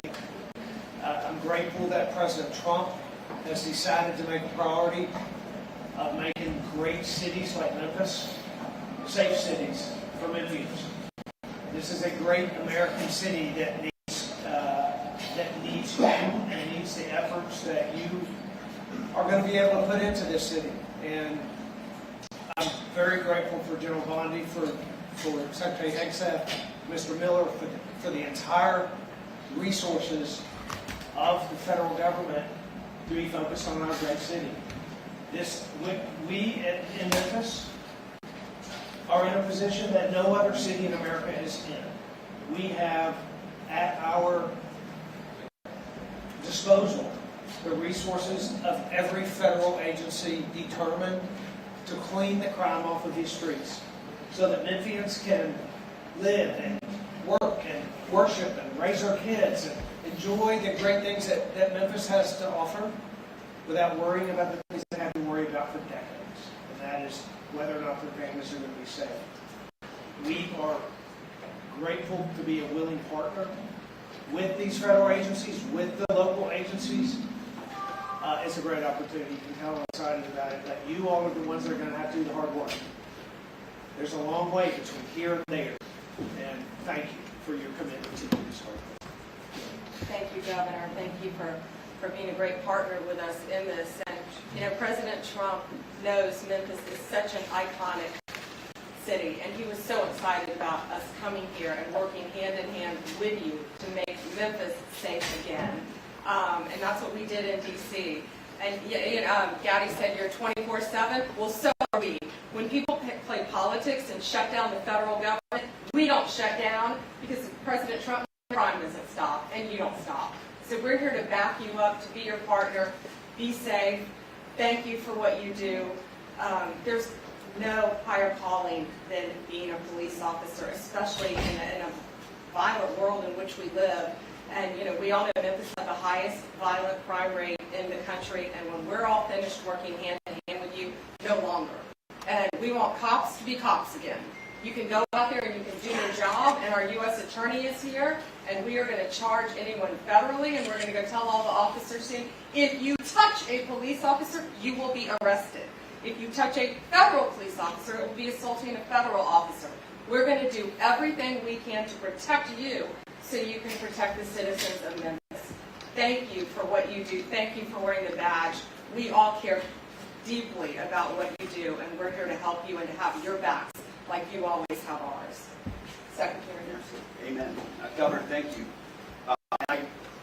Pam and Stephen and myself have a great privilege of having a chance to hear the President of the United States talk about his love for great American cities, and his love for citizens of all backgrounds and all stripes, his love of law enforcement, his love of our military. And that all comes together in this room, in this place, at this time, with this task force. And I couldn't be more proud for the Department of War, for the Tennessee National Guard, to be a part of this effort. From whether it's the southwest border, whether it was Los Angeles, whether it's Washington, D.C., our department is proud to stand shoulder to shoulder right next to law enforcement while you do your job. Yesterday I talked a little bit about liberating our warfighters on the battlefield. Our job here is to help liberate all of you, law enforcement, to provide National Guardsmen who can secure facilities and secure law enforcement, stand alongside you so you're freed up to go out and provide safety and freedom to the citizens of Memphis, a great American city. So we're really proud to be here. It's a core effort of what we're doing. We're in all of these meetings. We're monitoring the statistics. So is the President of the United States.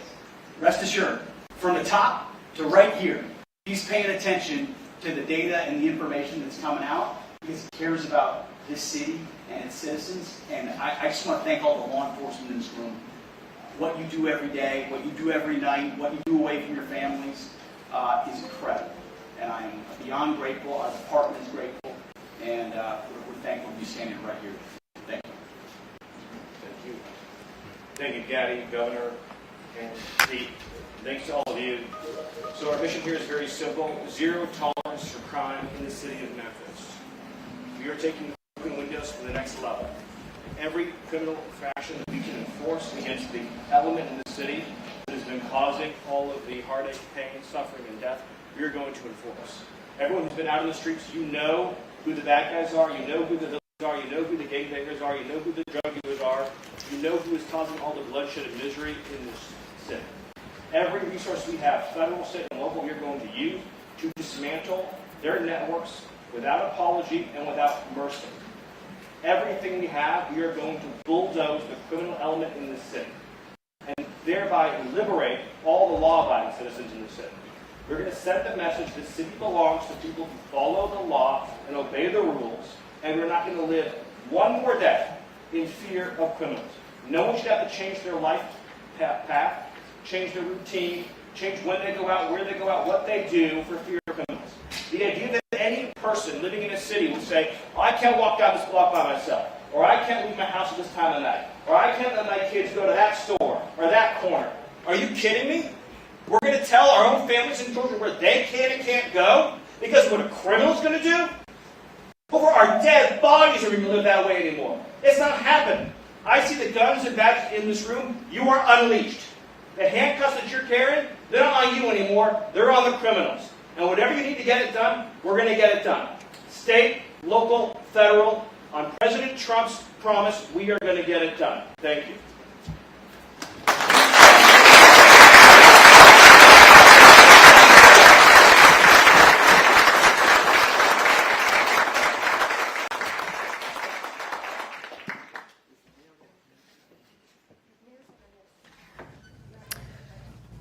All right, well, there you heard it. White House officials making their way into the command center off of Mullen Station Road at the Shelby County Office of Preparedness. You also heard from Secretary of War Pete Hegseth and Attorney General Pam Bondi, as well as the Chief of Staff Stephen Miller as well, all really praising law enforcement efforts and harping on the collaborative efforts from federal, state, and local agencies. Lots of powerful words there as well from AG Pam Bondi, just saying if you touch a police officer, a federal officer, you will be arrested. Chief of Staff Stephen Miller saying, Deputy Chief of Staff saying they want to send a message to follow the law, no more living in fear of criminals. Lots of just encouragement again on behalf of the Trump administration to really support law enforcement efforts. They toured the command center for a while now, so that was the first time that we're actually hearing them speak since they've been in Memphis this afternoon. Governor Bill Lee led off on those speeches as well, thanking Donald Trump, saying that Memphis has a unique opportunity here to really capitalize on these resources from having federal support at Memphis's disposal, and calling it a great opportunity. So not sure how long they will be in town here, but they toured the area. Again, this is on Mullen Station Road off of the Shelby County Office of Preparedness, right in this same area as the court clerk, or not the court clerk, the Shelby County Clerk's Office, the Public Works Department, Housing Department.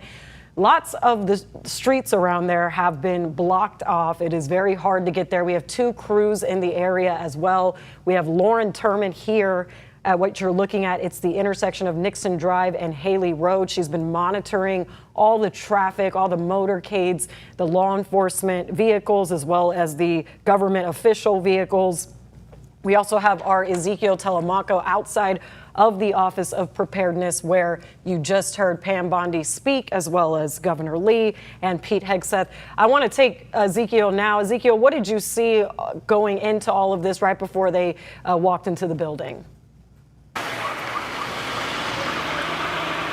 Yeah, I saw a lot of guardsmen, and not only did I see that before, but even during and after we saw more guardsmen come out of the building. We saw at least over a dozen go in and hop into minivans, to be more specific, and just take off. So they're already, it sounds like, you know, on the roll, and are, I don't know what operations in particular they're going to be conducting, but they're here and they're already ready to go. So that's what we've seen so far.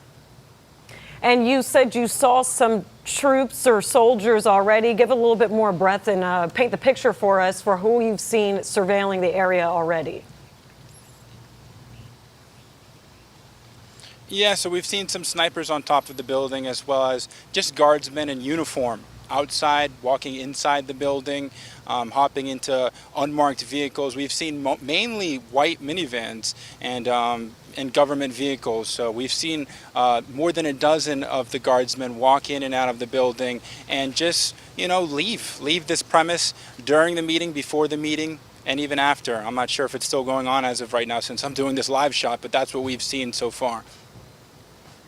Yes, so we just heard from the White House officials in the command center that you are standing outside of right now. You watched them walk in, and just to get an update again, they have not quite left yet.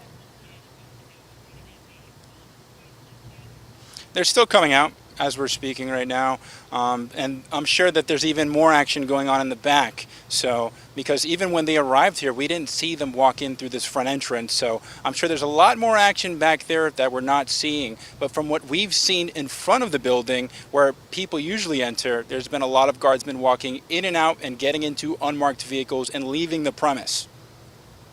All right, Ezekiel. Well, we know that you're going to continue monitoring that area. We'll come back to you. We'll let you keep an eye on it so that we can catch them right when they come out.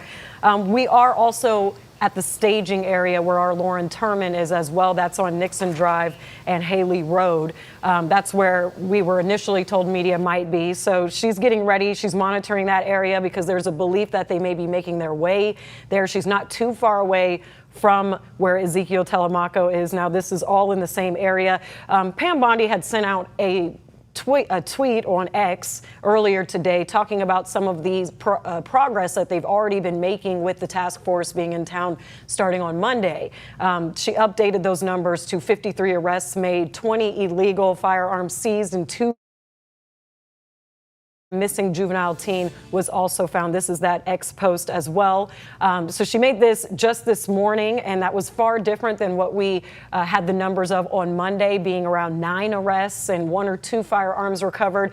So a lot of swift action here. She, in just 48 hours, here is her post again. Our Memphis Safe Task Force has made 53 arrests and seized 20 illegal firearms. Yesterday, a missing juvenile was located, and 3 firearms were recovered at the home of a murder suspect.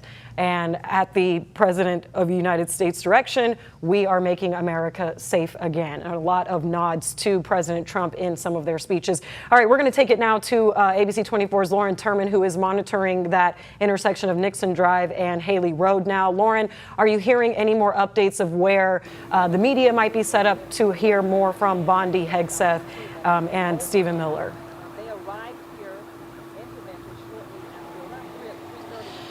Hey, Pepper. So we're not hearing very much about that at this time. What we know now, we were all, as media, asked to come over to this intersection of Nixon and Haley right here. As we suspected, of course, as you just heard, the Attorney General and Defense Secretary just ended up speaking at that center that was just down the road from us here. So we are expecting them to eventually make their way over to where we are at this intersection here. Just a couple of seconds ago, we saw some ATF agents, we saw some other agencies, a little more than a dozen different agents walking down the street. We've seen police officers, sheriff's deputies, other federal agents coming as well. And actually, I'm going to take you to it. You can see this motorcade is starting to come down the street right here.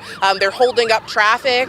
And so we are expecting that they are coming through in the next couple of minutes. You can see behind them other federal agents walking into the command center. So several motorcycles coming down, starting this procession and motorcade here as we are anticipating the Attorney General and Defense Secretary in just a few moments. Now behind them, again, you can see dozens of agents. We've seen those police officers. We've seen those sheriff's deputies, all of them coming into these centers over the past several hours, and the roads have been blocked off as well. So certainly prepare at this intersection here. A state trooper and a sheriff's car is also blocking the way as well here. So parts of the Tennessee Highway Patrol and other agencies are blocking the way so that they may be able to come through this area without facing any kind of traffic, without facing any kind of delay or stall right now. So it seemingly will be just a few minutes until we are expecting to hear from these federal officials again. But you're seeing some unmarked cars now coming through the way, more than likely carrying the Defense Secretary and the Attorney General in there as well. So you just saw them pass by here. And so again, we're watching, we're seeing there's dozens of unmarked vehicles coming through the way right now, and the Tennessee Highway Patrol is blocking off oncoming traffic at the intersection of Nixon Drive and Haley here in East Memphis as well. So you heard a lot of important points from them just a few seconds ago. They were specifically talking about how they want this all to be a collaboration between federal and local resources. That's something that they've been emphasizing over the past several days. And again, you're seeing lots of different unmarked vehicles coming down here in anticipation of them coming and talking about some of that collaboration, about the conversations that they've been having with Mayor Paul Young, with Police Chief C.J. Davis, with Sheriff Floyd Bonner. And everybody is hoping that this will continue to be a collaborative effort and an extension of what the Memphis Police Department and the Shelby County Sheriff's Office have already put in place here locally. We've been reporting that statistics show that crime is down, and so of course everybody is hoping that this will continue those efforts here that have been put in place. But we're seeing them. We've been waiting here for several hours since they've arrived in Memphis, since they've been over to the Preparedness Center, and now that they are coming to this command center as well here. So certainly a lot to see. We've been, of course, seeing a lot of federal agents come through here as well as we continue to monitor this. I think this is about the end of that motorcade and procession that we're seeing. We don't seem to be seeing any more federal agencies coming through at this time, but again, you saw the Attorney General and the Defense Secretary pass through here. Now, it will be interesting to see if they continue to lay out more of a definitive plan at this time. The Attorney General did say that a lot of the plans here in Memphis are going to mirror that of the crime-fighting efforts that we saw in D.C. And so as we await that to see if they tailor or amend that plan at all, it certainly will be interesting to hear about the plans that they've had with other officials, with the mayor, with the governor, with the heads of our local law enforcement here in Memphis and Shelby County to see what they say. So as we continue to watch this and we see them going down there, we of course will keep you updated, Pepper, but for now I'm going to send it back to you. And Lauren, before you go, so tell me when exactly you got out to this intersection and what the directive has been from either law enforcement or whoever is kind of organizing where the media should be, because it looks like you are still a little bit further down away from where all of that motorcade just parked. So give us a little bit of the play-by-play of when you got there and exactly what you've been told since. So we arrived here about a little more than 3 hours ago now, and all of the media was asked to stage right here at this intersection. As you said, we are quite far away from the command center. We've been asked by some of the sheriff's office deputies to move over to this area, so all of the several media members here at this time are now staged right here. But we came here, we surveyed the area, we saw a couple of federal agencies at this time, not nearly as many as what we are seeing right now, but they've progressively been rolling in to this parking lot here behind me throughout the day. We've also seen a highway patrol helicopter come overhead and land land in this field, in this lot right here behind me as well. I don't know if you can see it overhead right there, but that landed about 2 hours ago. And since then, we've been monitoring and surveying. Of course, the local and federal law enforcement presence has been ramping up over the past 3 hours or so, as everybody has been trying to figure out where we're supposed to be when the Attorney General and the Defense Secretary were expected to come in here as well. But that's what we've been told at this time. Now, in terms of if we're going to be able to move to the area where the Attorney General and Defense Secretary were just taken, we have not been told any of that information. We've just been asked to stay put right here and that we were only allowed to be confined to this particular area at this time. So as we wait to hear more, and we just saw them pass by, we are expecting to hear if we are allowed to move and we are allowed to have more interaction with them and get some of the questions that many people in the city and the county have been asking. Pepper? Looks like you're going to get those details very soon, Lauren, so we will have you return back to reporting and we'll touch base with you as soon as you know more. One thing that is important to note is that we have heard from city leaders as far as Memphis Mayor Paul Young, Shelby County Sheriff Floyd Bonner all throughout the week, but we did not see them necessarily on this tour today. So we are learning more about how they're planning to keep everyone informed as the Memphis Safe Task Force operations evolve. We heard from them last night at a town hall. Memphis Mayor Paul Young commented during that the city has already been working to reduce crime. But now, without knowing all the details, he hopes agencies on the ground will support those efforts. Some people, like Police Chief C.J. Davis, claim they still don't have the full picture at this very moment. In fact, according to Mayor Young, this week was the first time leaders got any real structure around the plan. I just had the first engagement with all the federal agencies yesterday, at least with them on the ground. I think we're still working through how they're going to fold into some of the things that are working within MPD. Mayor Young clarified that the National Guard is not here yet, but as you can see, they are making their way in as we continue to report all of the White House officials that are now here in Memphis. They are expected to arrive within the next 2 weeks. He announced that his administration will start having daily briefings on what is happening within the city as the task force continues. So as we keep reporting, Attorney General Pam Bondi and Secretary of War Pete Hegseth are in Memphis right now. We saw their motorcade. They came to the command center, which was located inside the office of Shelby County Office of Preparedness. They spoke in front of all of the members, the law enforcement members that are working on this task force. Now, this task force is made up of 13 agencies, not just the National Guard here. The National Guard's been a focal point, but we're talking about the U.S. Marshals, the FBI, the ATF, the state troopers. I mean, there's the DEA.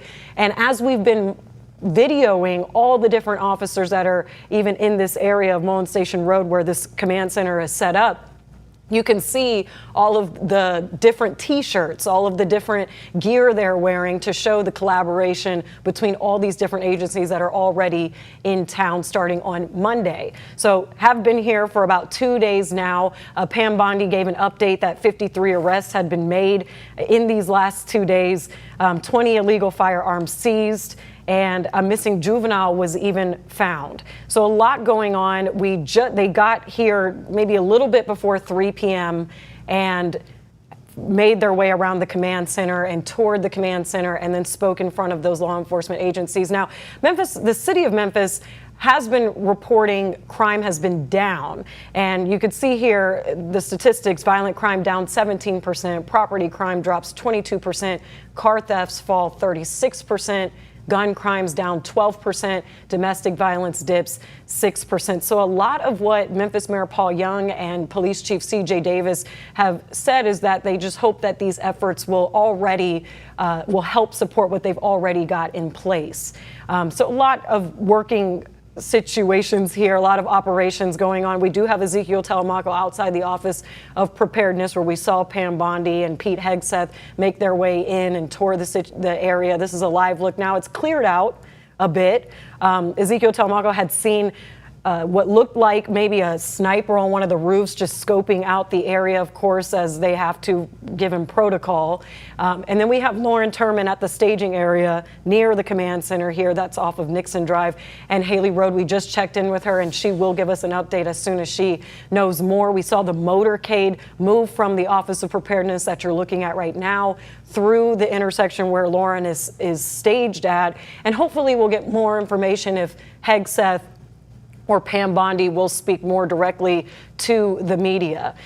So there's a lot working here. 13 agencies. Again, we saw Governor Bill Lee has already touched base. He was also in that press conference, loosely saying, but in the initial address to the people inside of the command center, a lot of talk around thanking President Trump, and that President Trump is very clued in and has his eye on everything that Memphis is doing at this moment.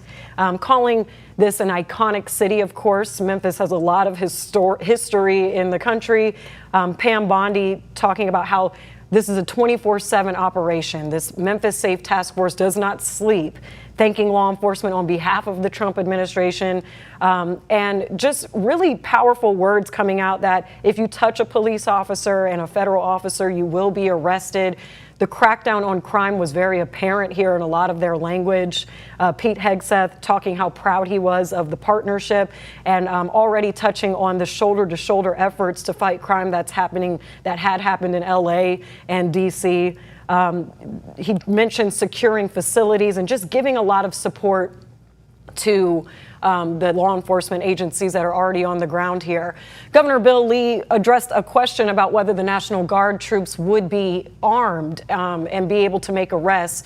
And the last time we heard from him as far as on that particular front, he said that they would not be, but it would be up to the discretion of what Memphis Police needs, the Memphis Police Department needs. So Chief C.J. Davis is expected to have quite a bit of a role in this whole entire operation to kind of lead the efforts on filling the holes of where these operations need to be staged.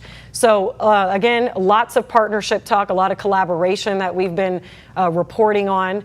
So that will come with more as we learn more of the plans on this. Still a lot more to kind of get into, how long they will be here, how many troops exactly, where they'll be stationed. A lot more to come from this. And the local leaders have even said that they're still trying to work out exactly the final details on the plan. And we did not exactly see them on this tour alongside Hegseth and Pam Bondi. But Governor Bill Lee, again, was there, so they're making contact as well. They left D.C. or Maryland area right after lunchtime, landed in Memphis just before 3 o'clock toward the facility, and then we heard from them for the first time within the hour. So it's been a quick visit already, a lot of action-packed stuff going on here. We've seen the motorcades come through. And we know, again, we've seen that the joint effort and collaboration with the agencies that are already on the ground. You've seen the DEA, the T-shirts with the ATF on them, some what looks like a National Guard gear as well. But as we talk about the questions around who has the power to arrest and detain, as I said, right now, Governor Lee says the National Guard doesn't have that authority, but some agencies, of course, that are already involved in the task force do. So here's a breakdown of their jurisdiction by agency, starting with the U.S. Marshals Service, that is actually the one leading this entire effort. They can enforce all laws in the U.S., and they can make warrantless arrests for any and every crime. And next, when we talk about the FBI, they can only enforce federal laws, and they can only make warrantless arrests for federal crimes. The Bureau of Alcohol, Tobacco, Firearms, and Explosives and the Drug Enforcement Administration can only arrest for crimes involving the subjects in the names. So things like drug possession, alcohol, firearms offenses, and so on. But like the FBI, can make warrantless arrests if a crime is committed in their presence. Homeland Security investigations focus on disrupting international crime and enforcing immigration law. The U.S. Attorney's Office for the Western District of Tennessee jurisdiction handled all of West Tennessee's 22 counties, and they are the ones who will prosecute any arrests. Now, again, this has been a months-long road to deployment, and we wanted to walk you through exactly how we got to this point as we continue to monitor the motorcade and those two active scenes that we have two reporters at. Let's walk you through exactly everything that led us to this point. Memphis first became the topic of concern for the Trump administration back in May of 2025 when newly appointed FBI Director Kash Patel called the Bluff City the murder capital of America. After President Donald Trump deployed the National Guard to Washington, D.C., he began to mention that Memphis was next. On September 12th, the president made those intentions clear. I think maybe I'll be the first to say it right now again. We're going to Memphis. Memphis is That's the next city. Deeply troubled. Memphis Mayor Paul Young and others fired back, saying the 901 does not need the National Guard's help. I want to be clear, I did not ask for the National Guard, and I don't think it's the way to drive down crime. However, that decision has been made. Just 3 days later, the president, with Tennessee lawmakers all around, including Governor Bill Lee, inked the deal. I'm signing a presidential memorandum to establish the Memphis Safe Task Force. Memphis leaders began to prepare. Mayor Young talked with his counterparts in our nation's capital who were already dealing with a deployment. He listed 3 key areas of focus based on that conversation: law enforcement, beautification, and homelessness. I think the public should know that my goal as mayor is to make sure that as individuals come into our city, that we are working with them to amplify the work that we're already doing. All right, we are going to stay on top of this. We are going to pause our breaking news coverage of U.S. Attorney General and Pam Bondi and Secretary of War Hegseth's Memphis visit. But please join us on ABC 24 for our news at 5, which will start in about 10 minutes. I'll see you then.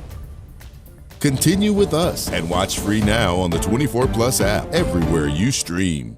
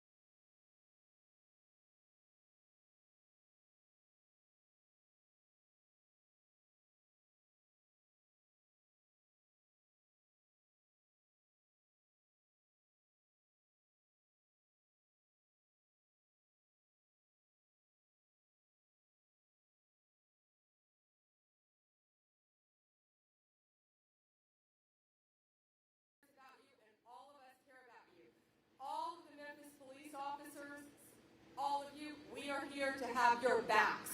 All of the law enforcement officers in this room. You got our backs, and we are going to have yours. And by the way, there's a federal shutdown right now. I don't know if you saw that in D.C. Well, we know crime doesn't shut down.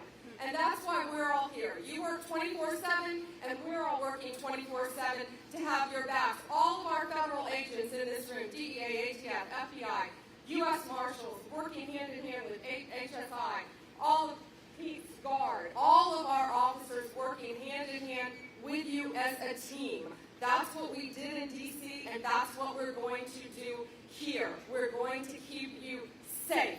And let me be very, very clear. I am a career prosecutor. If you touch a law enforcement officer, it is a crime and you are going to jail. We are arresting anyone who touches any of you. If you touch a federal officer, it's going to be assault on a federal officer, and we have our U.S. Attorney here. And to all of you state and local officers, let's see what your DA does, because he better prosecute crimes against you, because we have your backs.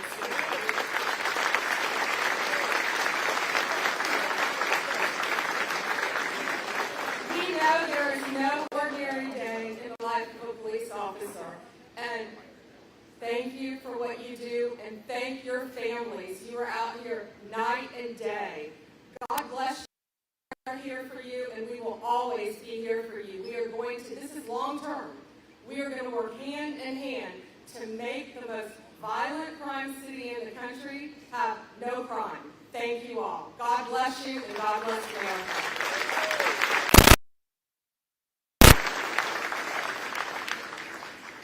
I'll just say what a privilege it is to be here. We see you up front, we see you in the back. I see green, blue, black, tan, camouflage. All together, one cause, one city. It's really cool to have the privilege, and we all do, Stephen, Pam, myself, so many others, to see how much President Trump loves Americans, American cities, and American citizens, and how he puts America first. And at the Department of War,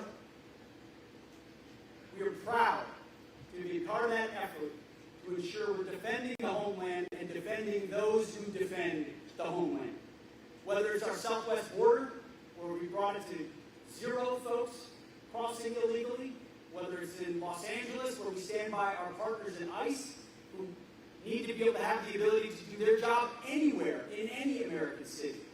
Whether it's Washington, D.C., ensuring our nation's capital is safe for citizens and visitors who come to visit that beautiful place, or right here in Memphis, where your families, every family, deserves to live safe and free. So, I had a chance yesterday to talk a little bit how we're changing the environment at the Department of War. I see some great beards out here. They're just not allowed in the infantry anymore. Undercover, that's right. I just cannot thank you enough for what you do in difficult places, in dark places, in dangerous places, where politicians spend a lot of time second-guessing you, second-guessing the impossible decisions that you have to make that they will never understand. It's part of what we're trying to do at the department for our troops overseas or in combat and elsewhere. Is we're not here to second-guess you. We're here to have your back, to unleash you, to do your job so you come home safely. Our department is here to enable you, law enforcement, to do your job, to help protect your facilities, help protect your people, so that your hands can be untied to secure your city. So our department is proud to be here. It's a priority for us. The Tennessee National Guard is going to be right here, having your back. Godspeed, God bless. Thank you for everything you do.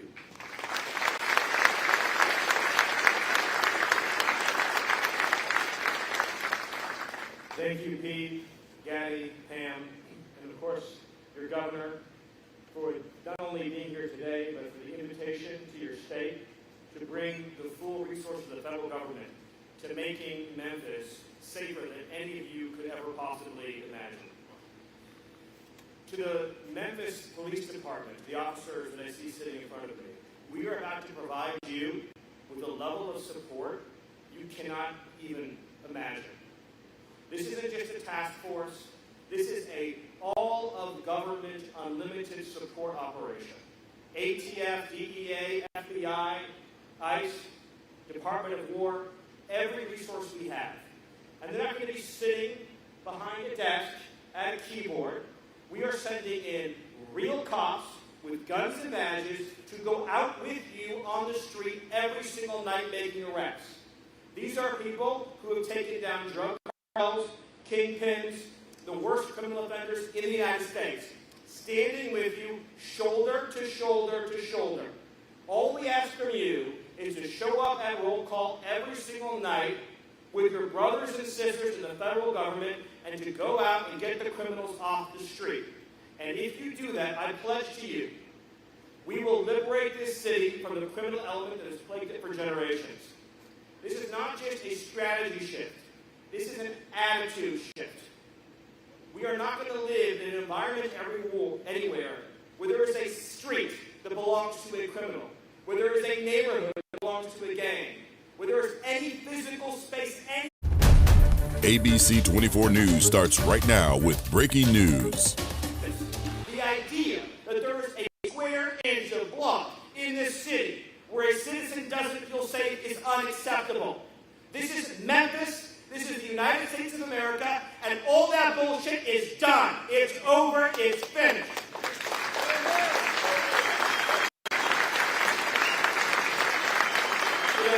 The gangbangers that you deal with, they think that they're ruthless. They have no idea how ruthless we are. They think they're tough. They have no idea how tough we are. They think that they're hardcore. We are so much more hardcore than they are. And we have the entire weight of the United States government behind us. What do they have? They have nothing behind them. So we are going to win. They're going to lose. We are going to rescue Memphis, and it will not only be safer than ever before, but businesses and investment are going to pour in, and Memphis will be richer than ever before. Because President Trump has decided this is a priority, and when President Trump makes a decision, this team behind me today executes. Thank you, and God bless.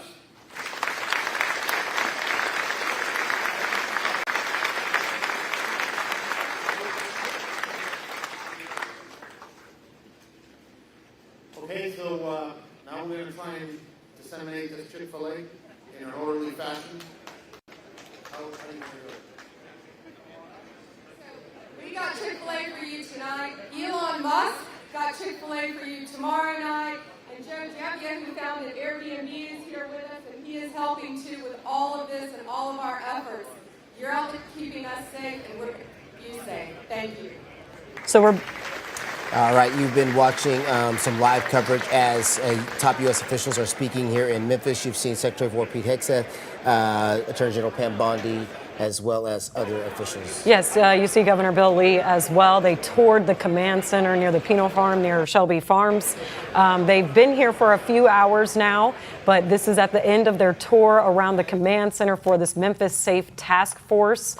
Lots of powerful language there, a lot of encouragement for law enforcement, a lot of warnings, I would say, to criminals out there. As you heard from Stephen Miller, the Homeland Security Advisor, as well as the Deputy Chief of Staff, using expletives to get his point across, but calling the government and the law enforcement agencies hardcore, and that there's no room for any more funny business, if you will, and that Memphis will be as safe as it's ever been. Yeah, he went on to say that we are going to win, they are going to lose, we are going to rescue Memphis, saying that Memphis was a top priority for President Donald Trump. So this has been kind of the culmination of the visit that we have been monitoring all day long. Again, the arrival happened at roughly 2:45, 2:30 today.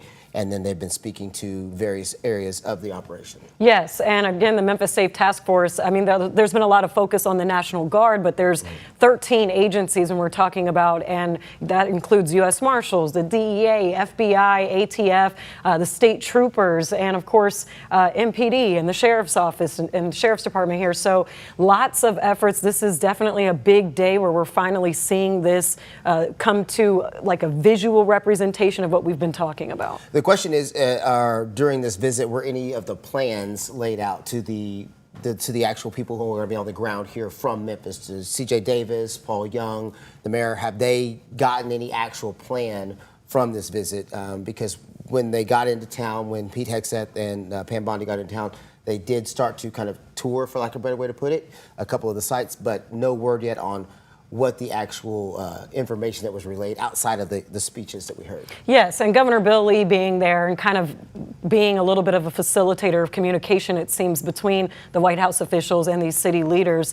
We've heard from Governor Bill Lee answering one very big question about whether the National Guard troops will be able to make arrests or if they will be armed. And he has said previously or recently in the last week that they would not be, correct, but it would come up to the discretion of what Memphis police needed. So collaboration efforts, that language has been thrown out a lot about all of this. But yes, more to know. How many troops, how long they'll be here. We did not see particularly any city leaders accompany them on this tour. We didn't see Mary Young, right, see C.J. Davis. Or Sheriff Floyd Bonner, but you have to assume that maybe they will meet with them before they leave. Yeah, a big theme of the messages that were delivered today by the three people who particularly spoke, and Governor Bill Lee spoke as well, was the collaboration and the support. I heard those words a lot, that you have the support of the federal agencies here. We are here to support your efforts. We want the police to be able to be police again, and that the federal agencies will be behind you to help support you do that. So at least on the outward, it would appear that it is a supportive effort. But again, without the details, none of us really know for sure what that looks like on a day-to-day basis. Yes, a lot of encouragement talk here for law enforcement, and as well as just wanting people to feel safe again in their homes. We still don't exactly know what it looks like street by street, neighborhood by neighborhood basis, and what you will see, but lots of visuals on the motorcade coming through, the various agencies that are already here. We know this technically started Monday. So Pam Bondi posted on X this morning about the progress that they have made in the last 48 hours, and that there were 53 arrests as well as 20 firearms recovered. Yeah, the question is, what are those arrests for? What's the context behind the arrest? Because initially, remember, the Memphis Safe Task Force was touted as going after violent criminals. That was the message that was given when Governor Lee was with President Trump in the Oval Office, and they signed that memorandum. We're going after dangerous criminals and violent criminals.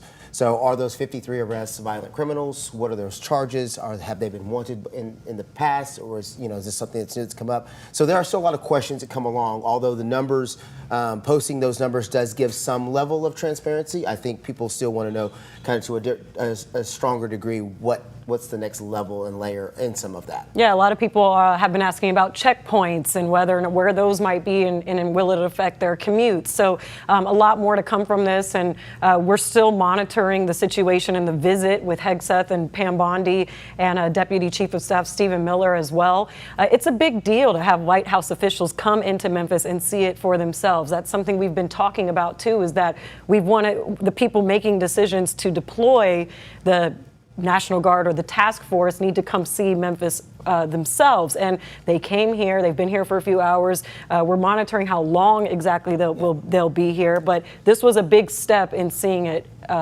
for themselves. Yeah, and there has been no release of a schedule, of a time frame of how long their stay is going to be or where they will be next. And most of the day we've been trying to kind of pinpoint their location as we've been following a motorcade from the airport throughout the different agencies and areas here in Shelby County. So as we haven't been able to pinpoint their actual schedule, to your point, we don't know how long they plan to stay, or if that stay includes meetings with C.J. Davis, the police chief, or Mayor Paul Young. And if those meetings do happen, will they be to the open, or will they be held behind closed doors where we don't know what happens? Right. So we do know, you can see down there in the bottom of the screen, the playoff game, baseball game is currently ending. It is now ended. So that means that we will continue our normal ABC 24 at 5 coverage as we continue to move forward. Most definitely. We are staying on top of this. We do have 2 reporters in the field as well. They're near the penal farm and monitoring where the command center is taking place and the visit as well. So we will bring you more updates as soon as we learn more from them as well. We're going to do a reset here as we go into our 5 o'clock show. And here we are, the reset. Well, okay. Let me get this up from here as we get ready. ABC 24 News starts right now with breaking news.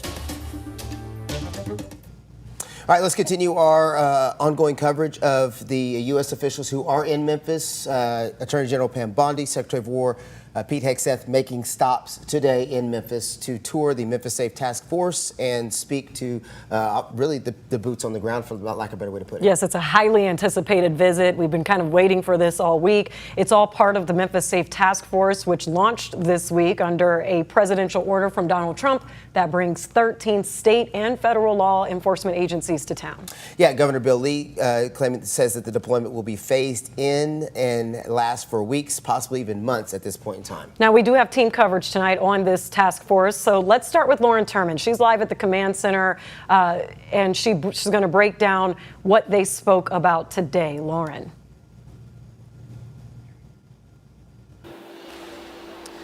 Hey, Ruben and Pepper. Yes, that's right. We're out here in East Memphis outside of the command center. And before we get into the weeds of everything, I want to show you more of what we are looking at right now after Secretary of War Pete Hegseth and Attorney General Pam Bondi just finished up their remarks with law enforcement here, both federal and local. You're seeing some Tennessee Highway Patrol cars and vehicles, some state troopers. You're also seeing some sheriff's office deputies and some police officers that are here on scene as everybody is trying to clear out of this area following their remarks. Now, some of the important things that you had mentioned about what they said here is about support and collaboration.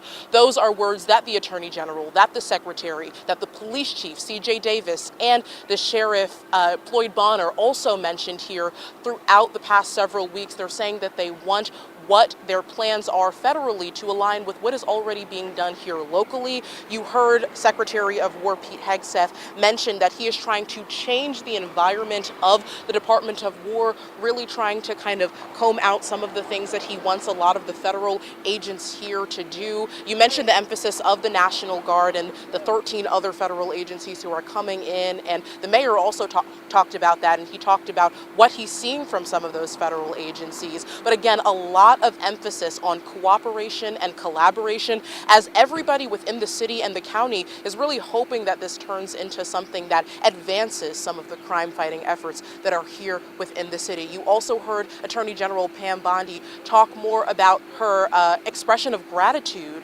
for all of the federal agencies that are here, as well as what local law enforcement has been doing, and that they are here to back up and provide support, as we have been reporting, to all of the agents on the ground as they continue to make arrests, as they continue to seize illegal firearms and continue to carry out some of these rescue missions that they have set here within the community. Now, what remains to be seen in all of this is how closely this plan will align with what we have already been seeing in D.C. The AG has mentioned the comparison between Memphis, Portland, and Chicago, saying that those other two cities haven't really been offering support or collaboration in the same way that Memphis has at this point. So the game plan for all of this wasn't really as much talked about as much as gratitude and appreciation and support of these federal agencies were. So of course we will continue to dig into that and see if we can find anything else out about that plan and how closely these efforts will be aligning at this time. And we will bring that to you later this evening. But for now, live in East Memphis, I'm Lauren Turman, ABC 24 News. All right, thanks a lot, Lauren, for that. Lauren has been on this all day long. Let's kind of break down how today has gone. We got word yesterday that Pam Bondi and Pete Hegseth would be in town roughly around 1 o'clock or so. We got video of them boarding an airplane, and then we knew they'd be here within a couple of hours. Yes, they were here maybe just before 3 o'clock. Took some time to get from the Memphis International Airport to the command center over by Shelby Farms.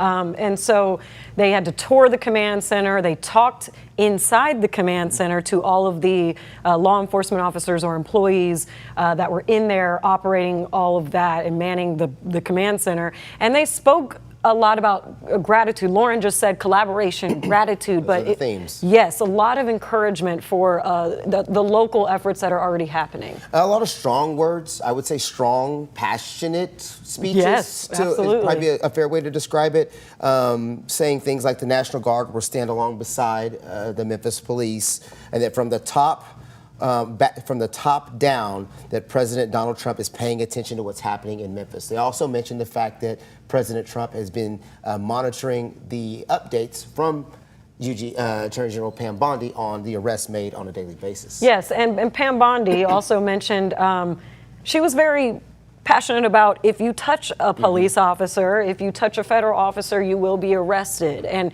lots of just strong language around giving almost like a warning that the forces are here, don't mess around, and this is going to make Memphis safer. Pete Hegseth also kind of echoed some of those sentiments. Then Deputy Chief of Staff Stephen Miller came out, even cussed a little bit out there, and just really passionate about making Memphis safer and wanting people to feel safe in their homes and be able to come out. He also mentioned business and investments will start pouring into the city now, and that's been something a lot of people have been concerned about, that more troops on the ground would in fact keep people in their homes. I think their ideology is that they'll make Memphis safer and then people will want to come back to do business. You mentioned Stephen Miller. He had a line today where he said 0 tolerance for crime in Memphis. There will be 0 tolerance for crime in Memphis, and that basically people who follow the law and follow the rules have nothing to worry about, but everybody else needs to watch out. Very passionate speeches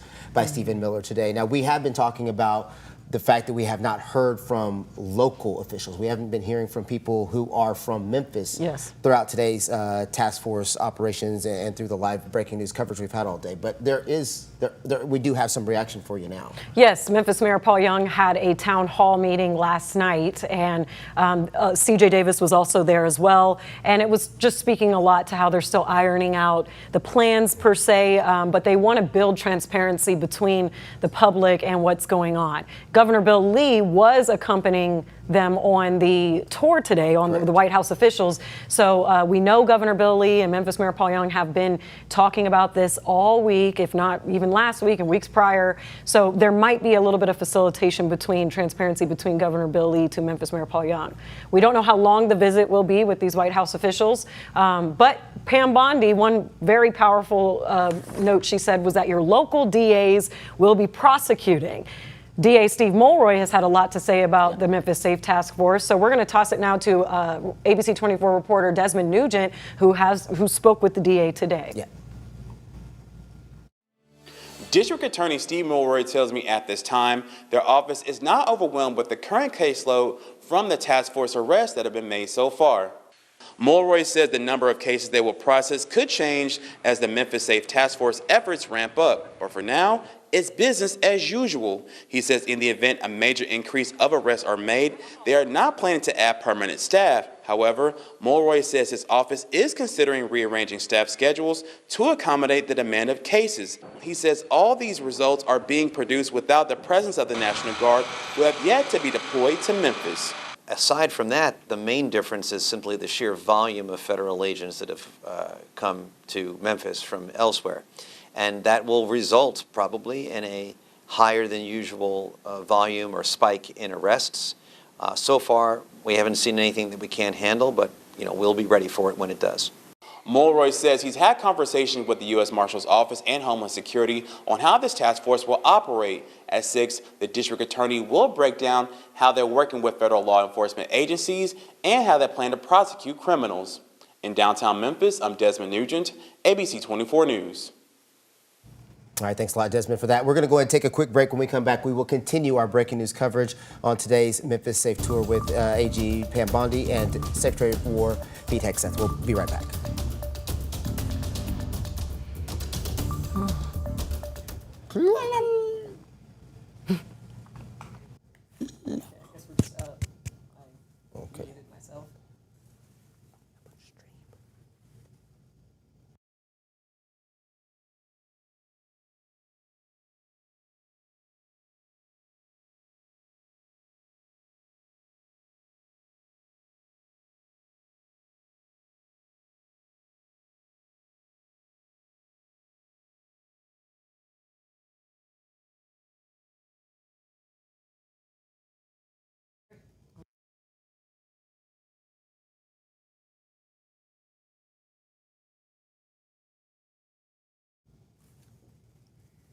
Are you able to take us to viewer comments?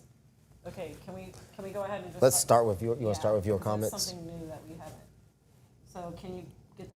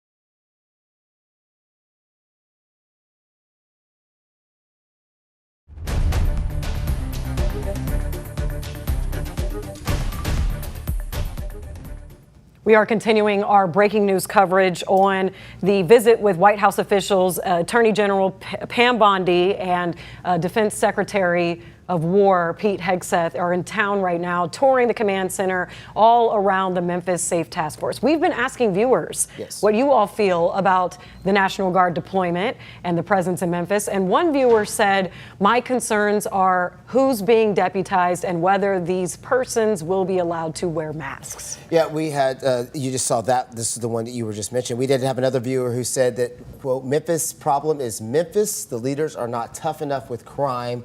The judicial system will not convict criminals, and community leaders want to make everything about racism. Racism is not the problem. Responsible fathers at home are, and I'm a black man. Lastly, another viewer said, as a retired Master Chief Petty Officer who has stood security watches around the world, my biggest concerns are what the rules of engagement are for the National Guard. They should be well defined, and the public should be knowledgeable of those rules. Of course, you can text us your thoughts on the National Guard at 901-321-7520. We might feature your answer right here on ABC 24. All right, from our nation's capital to the Bluff City, when the Trump administration first put Memphis crime in the national spotlight, that spotlight has led to the creation of the Memphis Safe Task Force, a bold initiative aimed at tackling violent crime head on. ABC 24 has been there every step of the way. Now we are digging deeper. Tonight, join us for an exclusive Memphis Safe Task Force special report only on 24 Plus. Right after ABC 24 News at 6. 24 Plus, by the way, your streaming home for breaking news, weather, and in-depth investigations. So, recapping a little bit more about today's big news, and that's the White House officials coming into town to actually tour the command center to finally see this task force put into work. And so Attorney General Pam Bondi and Secretary of War Pete Hegseth, as well as Deputy Chief of Staff and Homeland Security Advisor Stephen Miller, all coming in town. Big motorcade following them from when they boarded the plane in Maryland, getting here at the Memphis International Airport, and then making their way out to the Penal Farm area with Shelby Farms at the Office of Preparedness, where that command center is set up. And it's just, we followed it for about 3-4 hours going on now. It's been quite an active day. You mentioned it earlier, and it's a big deal when top U.S. officials come to town. And there had been a lot of outcry for people saying, if you want to do this in Memphis, you need to come see Memphis. So they have made the trip to Memphis. We do not know their schedule of events. So that's one thing, is we don't know how long they're planning on staying. They may be on their way out at this point, for all we know. Will they be meeting with Mayor Paul Young? Will they be meeting with Chief of Police C.J. Davis? Those are questions that still have not been answered. We've been able to have live reports from both locations where they have been located at this point, plus first the command center as well as the Office of Preparedness, which is where I believe they went first. Right now, the real question is what happens next? Yes. And Governor Bill Lee was also there accompanying them on the tour, if you will. That was really the only, we could say, Tennessee-based leader that we saw in our coverage, at least at this moment. It is hard to say whether they will visit with the city leaders, but some of the most very passionate language around really supporting local law enforcement and the efforts and the partnership with the feds as well as the state. And we saw in our coverage, and Lauren Turman is out there live, even the different agencies already that were walking around the whole area, saw T-shirts of DEA, ATF. We know the U.S. Marshals are kind of the one that's been put in charge of the entire operation. But as we talk a little bit more about what we know about the plan, Governor Bill Lee did say that just in the last week that the National Guard troops at this moment would not be able to make arrests and would not be armed. We did hear language from Pam Bondi today, Attorney General Pam Bondi, that there was a little bit more stronger language around if you touch a police officer, if you touch a federal officer, you will be arrested and held accountable. So it will be interesting to see how all of this plays out as we learn more about it. Speaking of the Attorney General, let's listen in on some of what she had to say today. As we get that ready, we did, as you mentioned, she had several strong statements, but she wasn't the only one. It was very passionate speeches today throughout the course of those two stops that we were able to monitor. Some of those, the theme of some of those speeches was that it would be a collaborative effort, there would be support. But again, I think we have that sound now from Attorney General Pam Bondi. Let's listen in. President Trump knows Memphis is such an iconic city, and he was so excited about us coming here and working hand in hand with you to make Memphis safe again. And that's what we did in D.C. And Gaddy said you're 24/7. Well, so are we. When people play politics and shut down the federal government, we don't shut down because President Trump, crime doesn't stop, and you don't stop. So we're here to back you up, to be your partner. Be safe. Thank you for what you do. You know, we all know Memphis has the highest violent crime rate in the country, and when we're all finished working hand in hand with you, no longer. And we want cops to be cops again. You can go out there and you can do your job, and our U.S. Attorney is here, and we are going to charge anyone federally, and we're going to go tell all the officers soon, if you touch a police officer, you will be arrested. If you touch a federal police officer, A lot of what Pam Bondi just said was echoed with all of the other officials. They talked a lot about the gratitude to President Trump and also speaking on behalf of the Trump administration about just the resources available here, and that Governor Bill Lee actually had said that we have a unique opportunity here in Memphis because we have all of these federal resources at our disposal. It's a great opportunity, he said. So a lot of gratitude to President Trump for this effort from Pete Hegseth, Bondi, Lee, as well as Stephen Miller. And just echoing a lot of what it's a 24/7 operation. They're saying they're going to keep this running, and they want to make Memphis the safest it's ever been, is what Stephen Miller also said. So when I was first watching this coverage, I was curious what the tone would be, and the tone, as you mentioned earlier, very accurately, the tone was passionate. The tone was strong. The words used were strong, and the tone was supportive to the people that they were speaking to in the room. I know that we do have ABC 24's Lauren Turman out in that area. We do want to check back in with her here in just a couple of minutes whenever she's ready. And we want to get a live look at her location as well. Let's take a live look at where Lauren is. This is ABC 24's Lauren Turman's location. She's there at that command center, and you can see vehicles leaving now, whereas before most of those vehicles were going in. Unfortunately, we don't know what's happened behind here at this point. Now, Lauren has been out there for a few hours now, and she mentioned how when she first got out there, it was a little bit more calm, but then it ramped up as soon as we saw the motorcade come through. They would only allow media this close, and this was still pretty far back from where... Pretty far away from where they're actually located. Right. But we're going to have more on the other side of the break, so we're going to take a quick beat here, and we'll be right back with more breaking news coverage.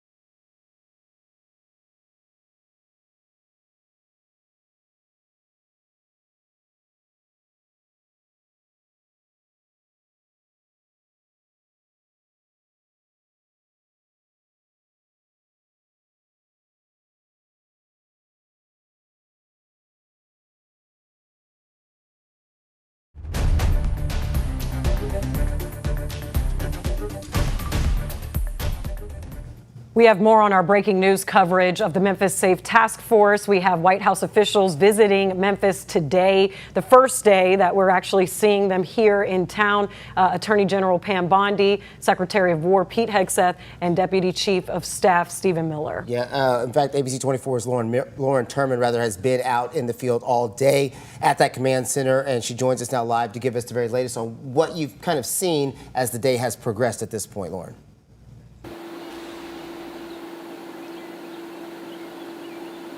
Yes, Ruben and Pepper. So before I get into a little bit of that, this probably isn't a place where you would expect a lot of community reaction. But we actually just talked to a man. His name is Enrique. He came out to the command center today to tell us about his support of these federal agencies and support of President Trump. And he was saying this is what is needed right now in Memphis to make the difference in crime. He came out with a sign. He was talking about defending the president and thanking him for these efforts here. So as you can see, this is certainly something that's drawing some reaction. We've heard quite a bit of mixed reaction over the past couple of weeks since this has all been announced here. But to give you a look at what we're seeing here right now as these federal agencies start to roll out of here after the Attorney General and Secretary of War have spoken, you can see this plot of land right here. This little area they're using as a lot has some state troopers in there. It's got some Shelby County Sheriff's deputies and some police vehicles in there as well. But just maybe about 4 or so hours ago, this lot was almost completely empty. So you can just see the comparison of how many people have filed in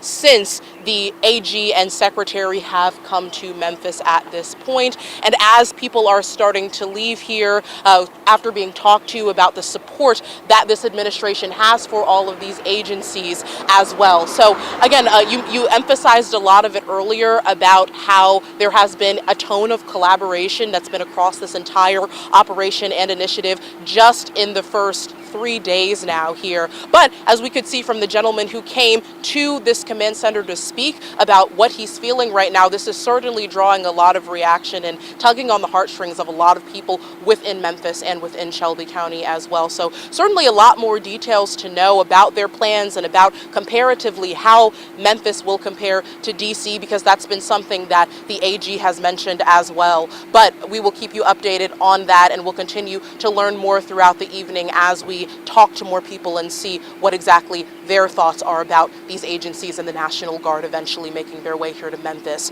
But for now, live in East Memphis, I'm Lauren Turman, ABC 24 News. All right, thanks a lot, Lauren, for that report and for being there all day as we cover this breaking news, and we've been covering for several hours at this point in time. Yes, we're going to take it to break real quick, and we'll be right back when we return.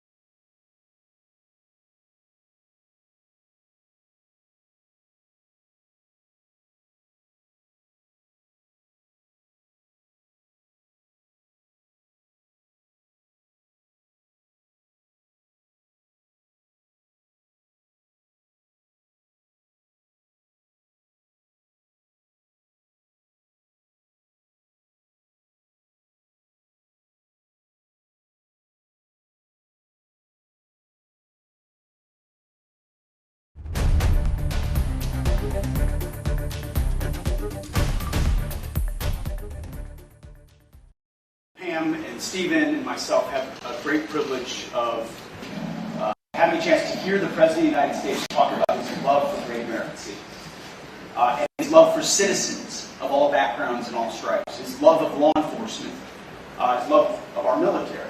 And that all comes together in this room, in this place, at this time, with this task force. And I couldn't be more proud for the Department of War, for the Tennessee National Guard, to be a part of this effort. You are joining us on the 24 Plus stream as we continue breaking news coverage of U.S. Attorney General Pam Bondi and Secretary of War Pete Hegseth's arrival in Memphis today regarding the Memphis Safe Task Force. That was Hegseth speaking in front of all of the law enforcement employees inside the command center that is out at the Penal Farm area of Shelby Farms. Lots to get to today. There was a lot they spoke about. Governor Lee was also in attendance on their tour around the command center. Pam Bondi spoke in that little clip that you saw there as well as Deputy Chief of Staff Stephen Miller. A lot of talk around encouragement and supporting local law enforcement and letting cops be cops again and making Memphis the safest it's ever been. They came in off the plane in D.C. They boarded the plane in D.C. around just after lunchtime today and arrived in Memphis before 3 o'clock.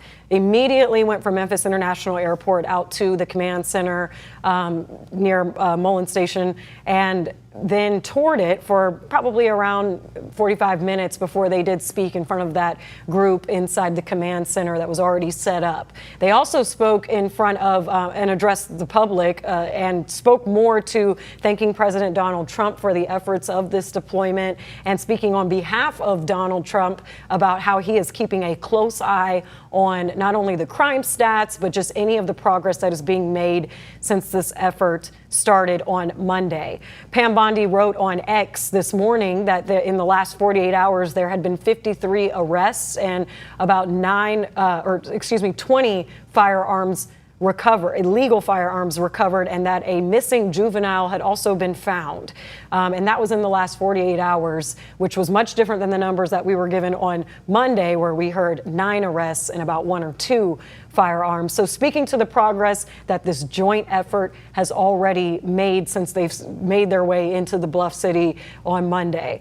This is the first time we are seeing the White House officials make their way into Memphis. A lot of people wanted to know if that was even going to happen, but Attorney General Pam Bondi, Secretary of War Pete Hegseth, Deputy Chief of Staff Stephen Miller, all making their way in with Governor Bill Lee accompanying them on that tour. We do have a live presence out there. We have Lauren Turman, who is not far away from the command center. She is on the intersection of Nixon Drive as well, and she's been monitoring the situation as well. If we can pull up Lauren as well, she's been out there for a few hours now, and she can tell us a little bit more about what she's been seeing in and out. And as she gets ready there, it's just been a very big day. We know that this task force is made up of 13 agencies.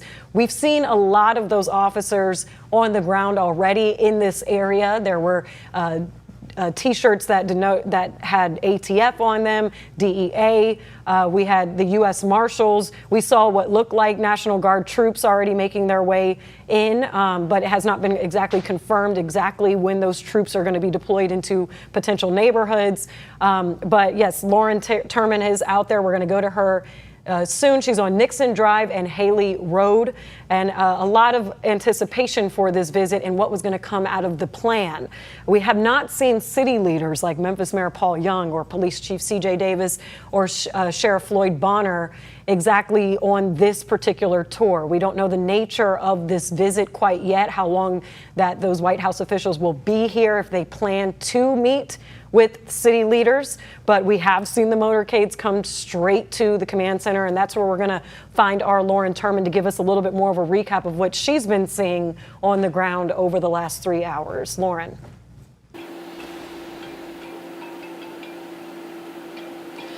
Pepper, you just mentioned some of the meetings that could have potentially been happening with the mayor or some of the local officials, Police Chief C.J. Davis, Sheriff Floyd Bonner. And it is certainly worth mentioning that last night, Mayor Young did talk about the anticipated visit from Attorney General Pam Bondi as well as Secretary of War Pete Hegseth, and said that he was expecting to meet with them about this and see where their heads and their plans are really at with everything that is going on right now and how closely that aligns with the efforts that are already happening right here in Memphis and Shelby County. So it does remain to be seen whether or not that meeting did happen. Last night, Mayor Young seemed unaware of when the Attorney General and Secretary were going to be here. here, or what their timeline was going to be, or even what that meeting was going to look like at all. But that also goes with the theme of what him and Police Chief C.J. Davis were saying last night, which is that things are rolling in so quickly at this point that there's still a lot of uncertainty,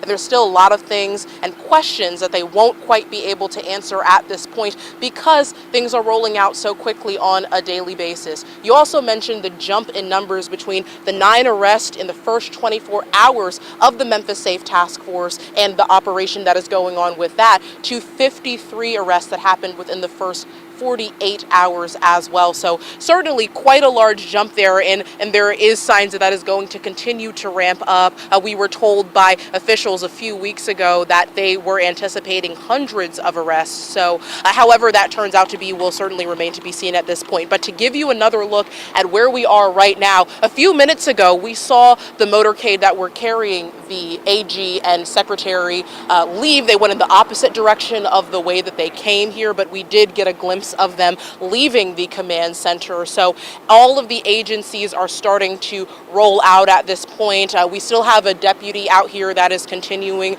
to direct traffic, but as you mentioned earlier, Pepper, this is as close we could get to everything. We were told very early on that media was not allowed to get any closer to the command center, so that's why we're so far away at this point. But this area, this little plot of grass that's being used for parking, for the highway patrol, for the other law enforcement, that was almost completely empty more than 4 hours ago. So that just goes to show you how many people have filed in since the Attorney General and the Secretary have got into Memphis, and since all of these conferences and meetings have happened with local and federal law enforcement here. So again, we've been talking to people out here. We've been trying to kind of see what's going on. We recently talked to a gentleman who came out here to express his support of President Trump and his support of this effort and how much it's needed to better schools and crime and other things that are happening within Memphis and Shelby County. And so certainly there's a lot of mixed reaction coming out, but it does speak to the passion within the community that somebody came out here with a sign to support the effort that is going on at this point. So we will continue to try and talk to people, engage what they're feeling out here at this moment, and bring you the latest details and a breakdown from the Attorney General as well as the Secretary later on tonight. But for now, live in East Memphis, I'm Lauren Turman, ABC 24 News. Excellent reporting there, Lauren, who's been the eyes and ears for us on the ground. Pam Bondi, also Attorney General Pam Bondi, mentioned now that they will be enforcing arrests. She said, quote, "Let's see what your DA prosecutes," which is a big question here. How will the legal process play out? ABC 24's Desmond Nugent is in downtown Memphis. He sat down with Shelby County District Attorney Steve Mulroy about the next steps.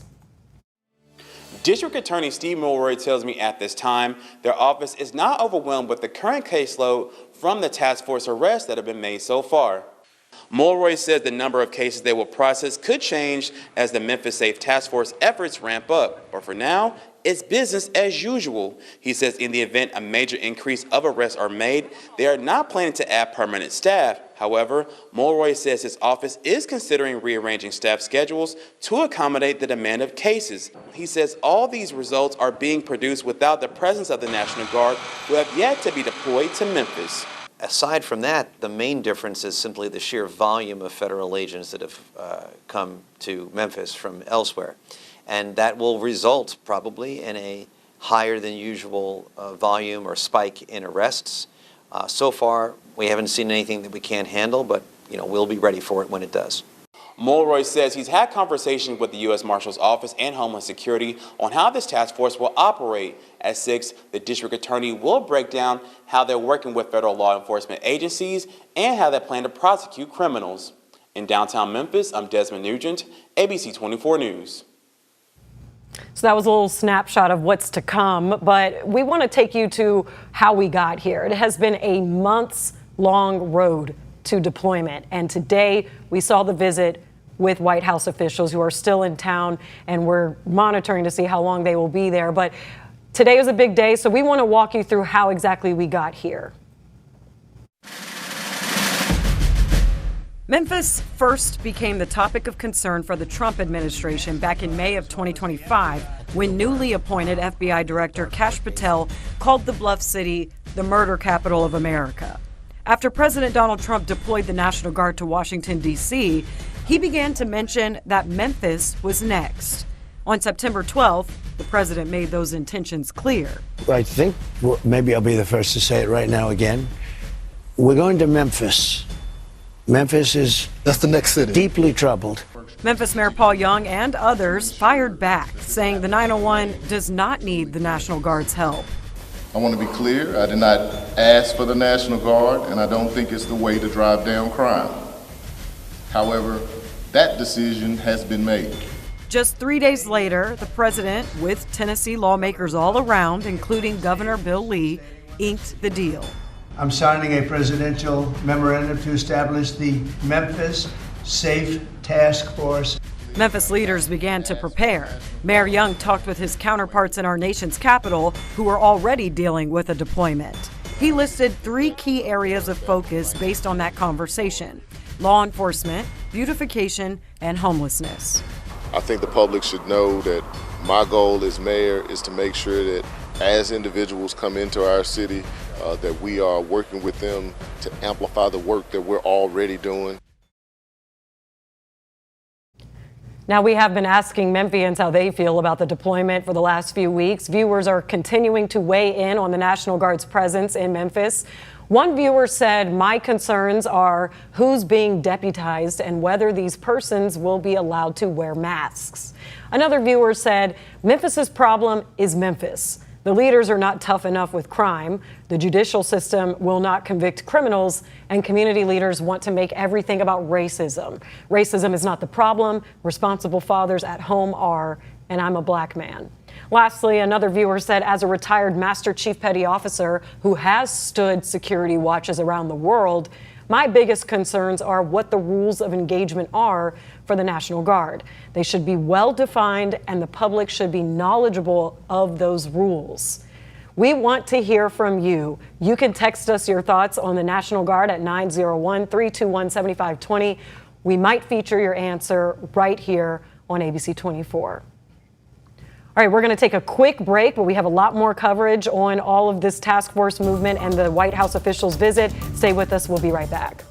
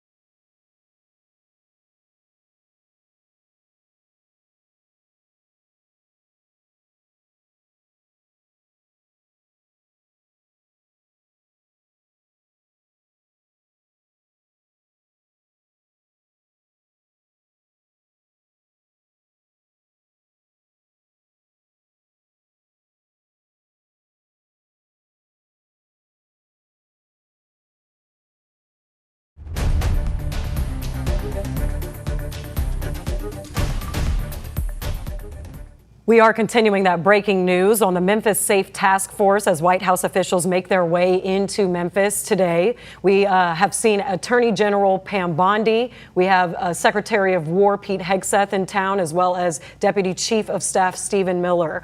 They were accompanied by Governor Bill Lee to tour the command center that is now set up near the Penal Farm near Shelby Farms. Here's a few of the things that they had to say initially in front of law enforcement officers who are already staffed inside the command center. President Trump knows Memphis is such an iconic city, and he was so excited about us coming here and working hand in hand with you to make Memphis safe again. And that's what we did in D.C. And Gaddy said you're 24/7. Well, so are we. When people play politics and shut down the federal government, we don't shut down because President Trump, crime doesn't stop, and you don't stop. So we're here to back you up, to be your partner. Be safe. Thank you for what you do. You know, we all know Memphis has the highest violent crime rate in the country, and when we're all finished working hand in hand with you, no longer. And we want cops to be cops again. You can go out there and you can do your job, and our U.S. Attorney is here, and we are going to charge anyone federally, and we're going to go tell all the officers soon, if you touch a police officer, you will be arrested. If you touch a federal police officer, Pam and Stephen and myself have a great privilege of having a chance to hear the President of the United States talk about his love for great American cities, and his love for citizens of all backgrounds and all stripes, his love of law enforcement, his love of our military. And that all comes together in this room, in this place, at this time, with this task force. And I couldn't be more proud for the Department of War, for the Tennessee National Guard, to be a part of this effort. So that was Pete Hegseth, the Secretary of War. Before that, that was Attorney General Pam Bondi. In that same room, Governor Bill Lee was standing next to Pam Bondi, as well as Deputy Chief of Staff Stephen Miller was on the other side of Pete Hegseth. Governor Lee was really the only Tennessee-specific leadership we saw on the tour. We did not see city leaders as far as Memphis Mayor Paul Young, Memphis Police Chief C.J. Davis, or Sheriff Floyd Bonner. We don't know if they may be planning to meet with them on this visit. But we did speak with Memphis Mayor Paul Young last night at a town hall that he hosted, and he commented that the city's already been working to reduce crime. But they did not know all of the details and hoped of this National Guard deployment, and he hoped that agencies on the ground will support the efforts that are already in place. Now, some people like Police Chief C.J. Davis claim they still don't have the full picture exactly at the time of the town hall. In fact, according to Mayor Young, this week was the first time leaders got any real structure around the plan. Here's what he had to say. I just had the first engagement with all the federal agencies yesterday, at least with them on the ground. I think we're still working through how they're going to fold into some of the things that are working within MPD.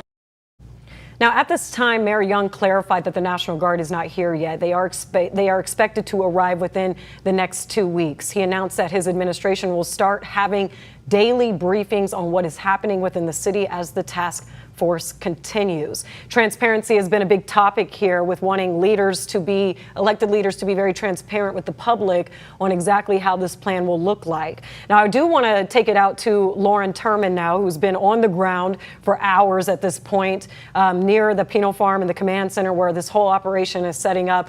Lauren, we heard last night, you were actually the one that covered Memphis Mayor Paul Young saying that, that he expected the National Guard troops to be in town over the next 2 weeks. But today, there was quite a presence of different agencies. Can you speak to where you are right now, and what you saw today of the different agencies on the ground?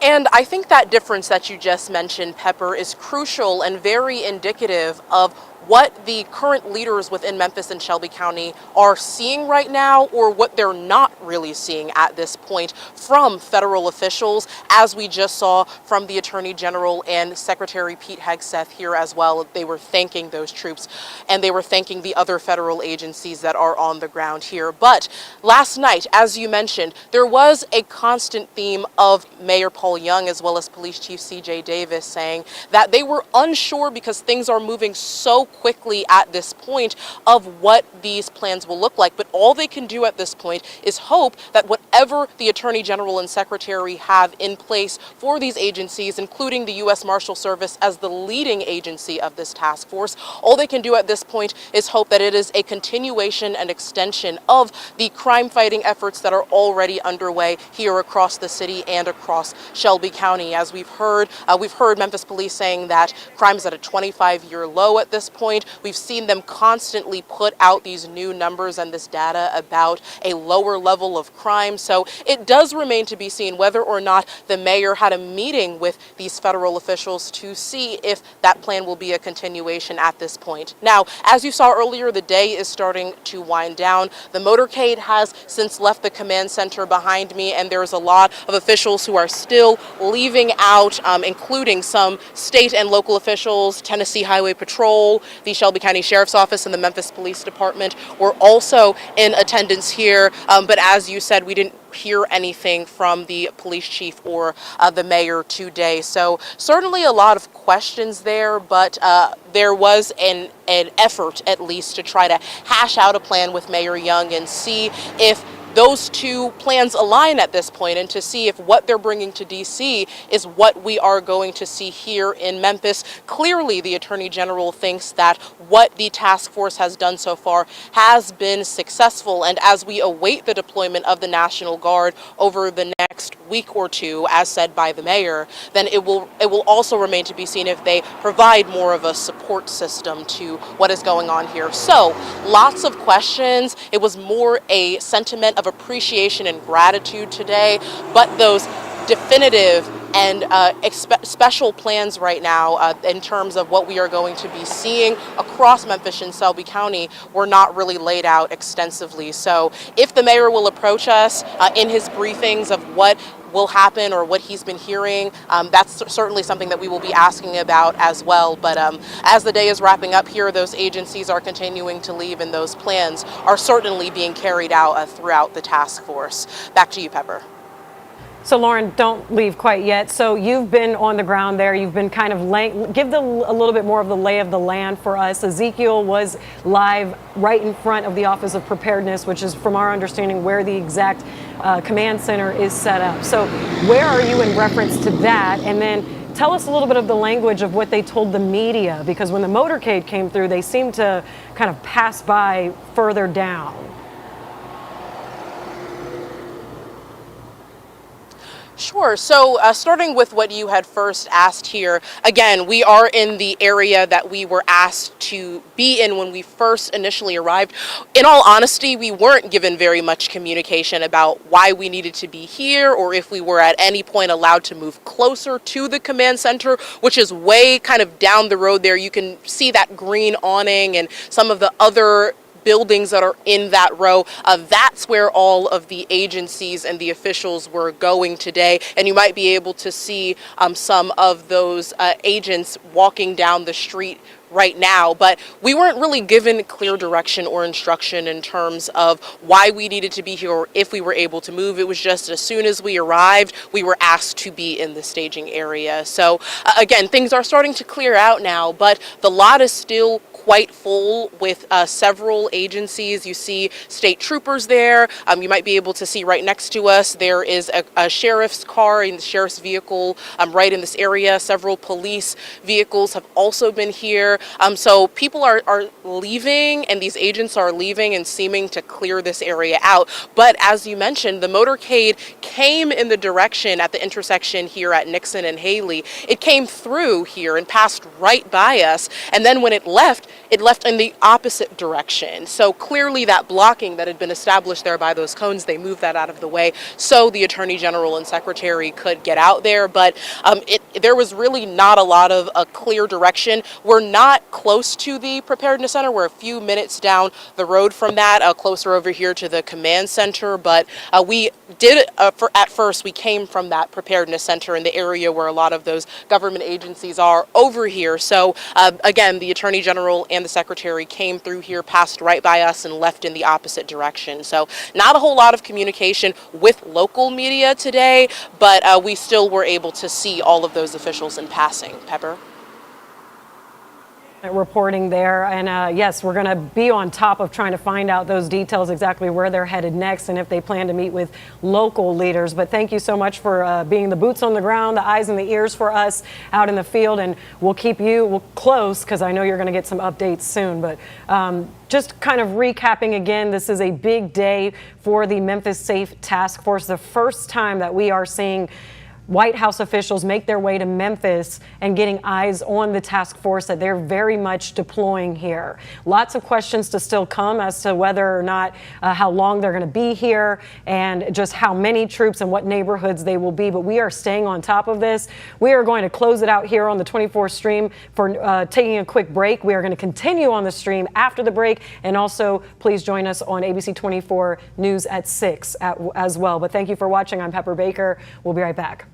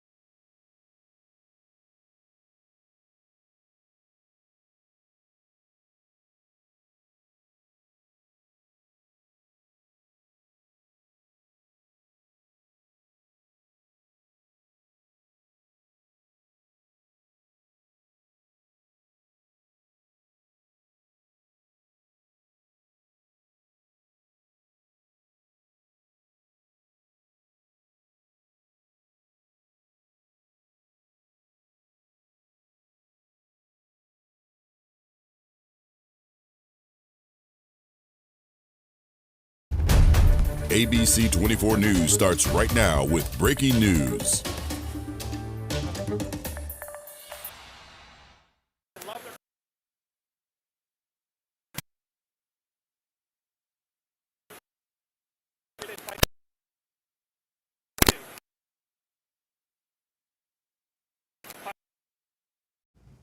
All right, we're having some technical difficulties there, but a big day here. We have breaking news of White House officials in town in Memphis visiting the command center that is set up for the Memphis Safe Task Force. You just saw in that last camera shot there that it was Defense or Secretary of War Pete Hegseth, as well as Attorney General Pam Bondi, are in town today, scoping out the lay of the land for what the Memphis Safe Task Force operations look like. Looks like they're back possibly at Memphis International Airport.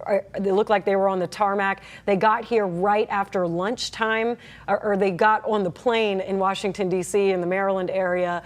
They boarded their plane right after lunch, and then they came here just before the 3 o'clock hour, did the tour of the operations out over near the Penal Farm near Shelby Farms, and then they spoke to the law enforcement staff that was already staffed in that command center, speaking very heavily about support for the local agencies. They talked about Trump, a lot of gratitude for President Donald Trump, allowing this opportunity to have more law enforcement presence to crack down on crime here, speaking on behalf of Trump in a lot of ways, just talking about how they want to make Memphis safer, the safest it's ever been.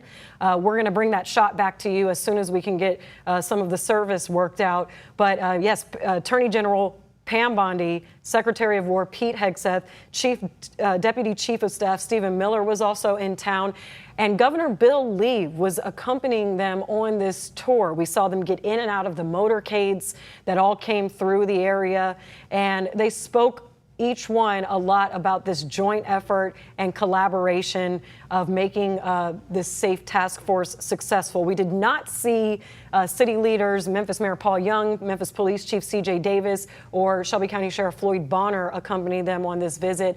And as I just said, as you just saw, it looks like they might be back on the tarmac to get back on the plane. Might be a pretty short visit, but this is the first time that we are seeing White House officials visit Memphis since the task force has been announced, since it's been deployed. This is a big day for this entire movement here. And we're going to have a quick look with Lauren Turman, who's been out on Nixon Drive, which is where the media was set up and stationed for the command center. So, Lauren, you've been putting a lot of hours into this now. Any idea of just what you've seen from beginning to end and the plan moving forward?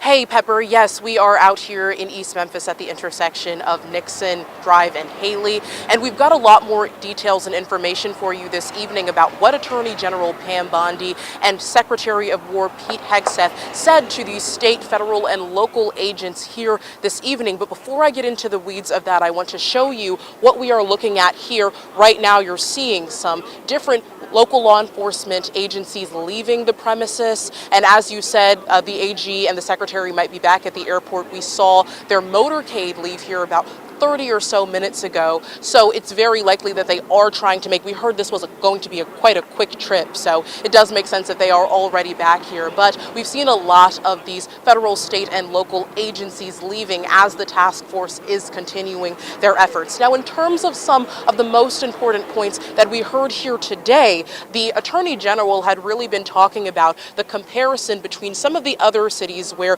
the Trump administration was considering bringing the National Guard and Memphis. And the thing that she said in particular was that they are here as a support to the task force, as well as whenever the National Guard will be deployed and have their boots here on the ground in the city. But they said that city officials have really been collaborating and cooperating with them in a lot of ways, and so that has made their efforts easier. We've mentioned earlier in the shows about the difference between the first 24 and 48 hours of the task force being within the city. In the first 24 hours, we saw 9 arrests and we saw 2 seizures of illegal guns, whereas in the 48-hour mark, we saw 53 arrests and 20 illegal gun seizures at that moment. So quite a big difference there. And they've been harping on this data as part of talking about some of the success in their efforts so far. But of course, we are only on day 3 of this right now. And so there's certainly a lot more to be seen. Now, in terms of a plan or what the specifics are, or even if the Attorney General and Secretary met with Mayor Young about all of this and to see how closely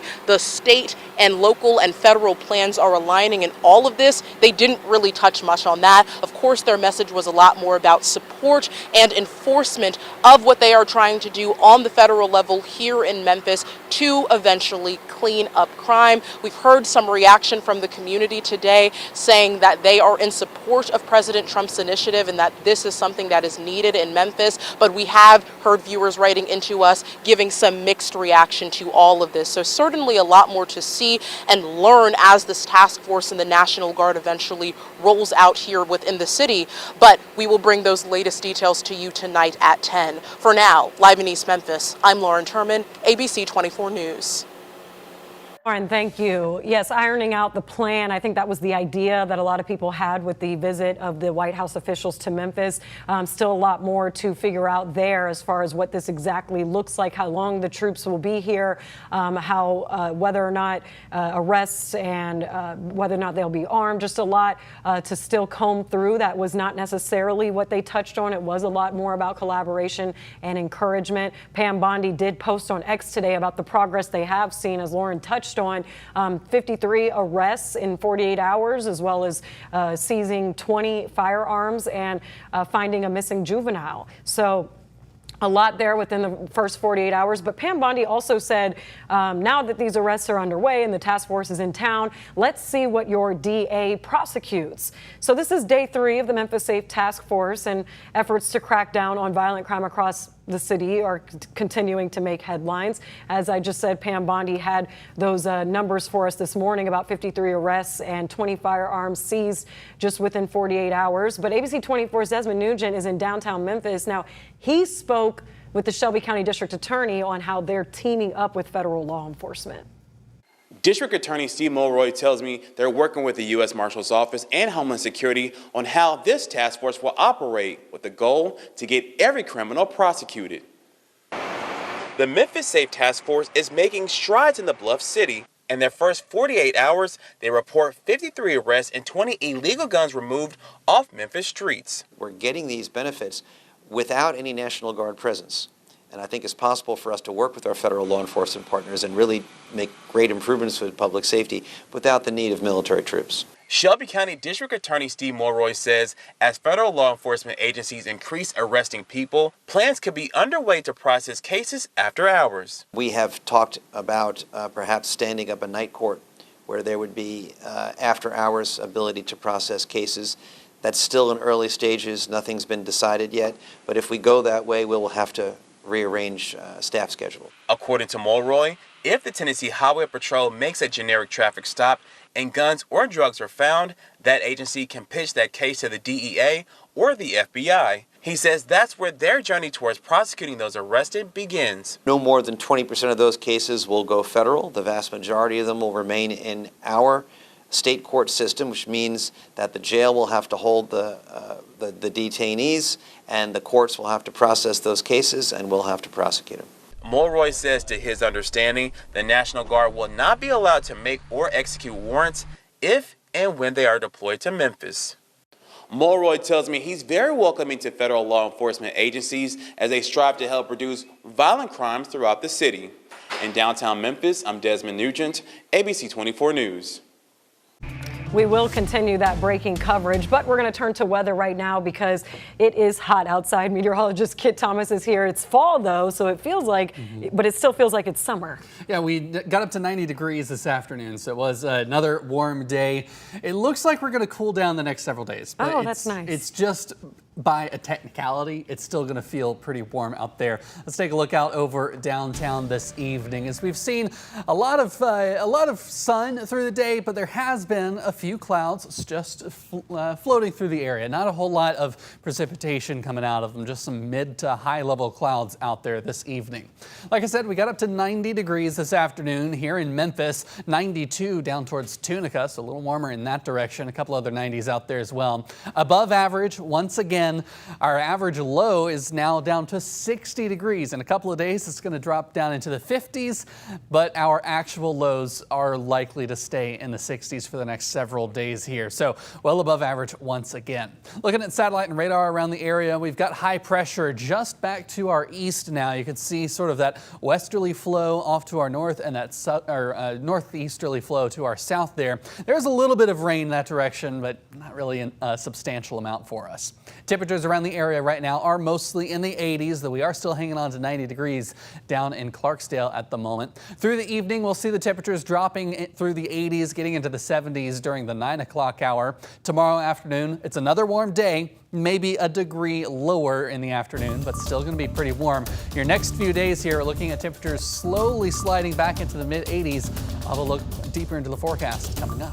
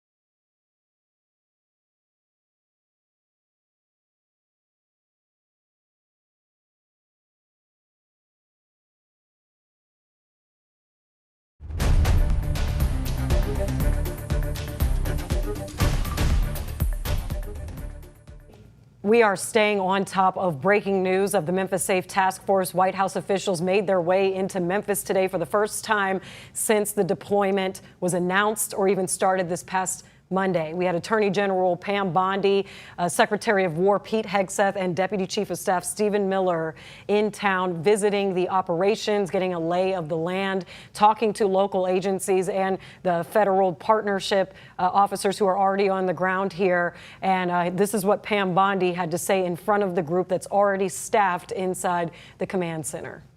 President Trump knows Memphis is such an iconic city, and he was so excited about us coming here and working hand in hand with you to make Memphis safe again. And that's what we did in D.C. And Gaddy said you're 24/7. Well, so are we. When people play politics and shut down the federal government, we don't shut down because President Trump, crime doesn't stop, and you don't stop. So we're here to back you up, to be your partner, be safe. Thank you for what you do. You know, we all know Memphis has the highest violent crime rate in the country, and when we're all finished working hand in hand with you, no longer. And we want cops to be cops again. You can go out there and you can do your job, and our U.S. Attorney is here, and we are going to charge anyone federally, and we're going to go tell all the officers soon, if you touch a police officer, you will be arrested. If you touch a federal police officer, So that was a lot of the rhetoric today, especially from Hegseth as well, echoed a lot of those sentiments. Governor Lee as well, and Stephen Miller, Deputy Chief of Staff.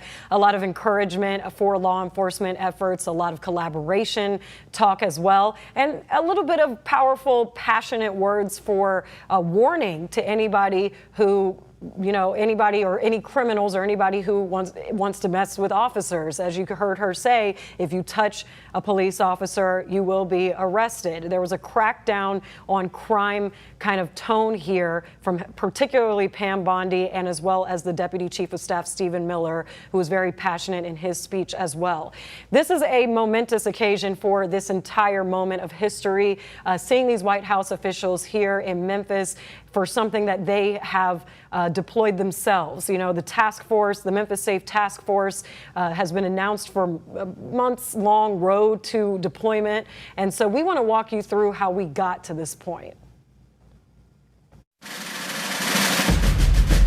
Memphis first became the topic of concern for the Trump administration back in May of 2025 when newly appointed FBI Director Kash Patel called the Bluff City the murder capital of America. After President Donald Trump deployed the National Guard to Washington, D.C., he began to mention that Memphis was next. On September 12th, the president made those intentions clear. I think maybe I'll be the first to say it right now again. We're going to Memphis. Memphis is that's the next city. Deeply troubled. Memphis Mayor Paul Young and others fired back, saying the 901 does not need the National Guard's help. I want to be clear, I did not ask for the National Guard, and I don't think it's the way to drive down crime. However, that decision has been made. Just 3 days later, the president, with Tennessee lawmakers all around, including Governor Bill Lee, inked the deal. I'm signing a presidential memorandum to establish the Memphis Safe Task Force. Memphis leaders began to prepare. Mayor Young talked with his counterparts in our nation's capital who are already dealing with a deployment. He listed 3 key areas of focus based on that conversation: law enforcement, beautification, and homelessness. I think the public should know that my goal as mayor is to make sure that as individuals come into our city, that we are working with them to amplify the work that we're already doing. Now, we heard from a lot of Memphians over the last couple of weeks about how they feel about the National Guard's presence in Memphis. One viewer wrote into us saying, "My concerns are who's being deputized and whether these persons will be allowed to wear masks." Another viewer said, "Memphis's problem is Memphis. The leaders are not tough enough with crime. The judicial system will not convict criminals, and community leaders want to make everything about racism. Racism is not the problem. Responsible fathers at home are, and I'm a black man." Lastly, another viewer said, "As a retired Master Chief Petty Officer who has stood security watches around the world, my biggest concerns are what the rules of engagement are for the National Guard. They should be well defined, and the public should be knowledgeable of those rules." We want to hear from you. You can text us your thoughts on the National Guard at 901-321-7520. We might feature your answer right here on ABC 24. Well, coming up, we're going to have a full look at that 7-day forecast and when we might see rain again across the Mid-South.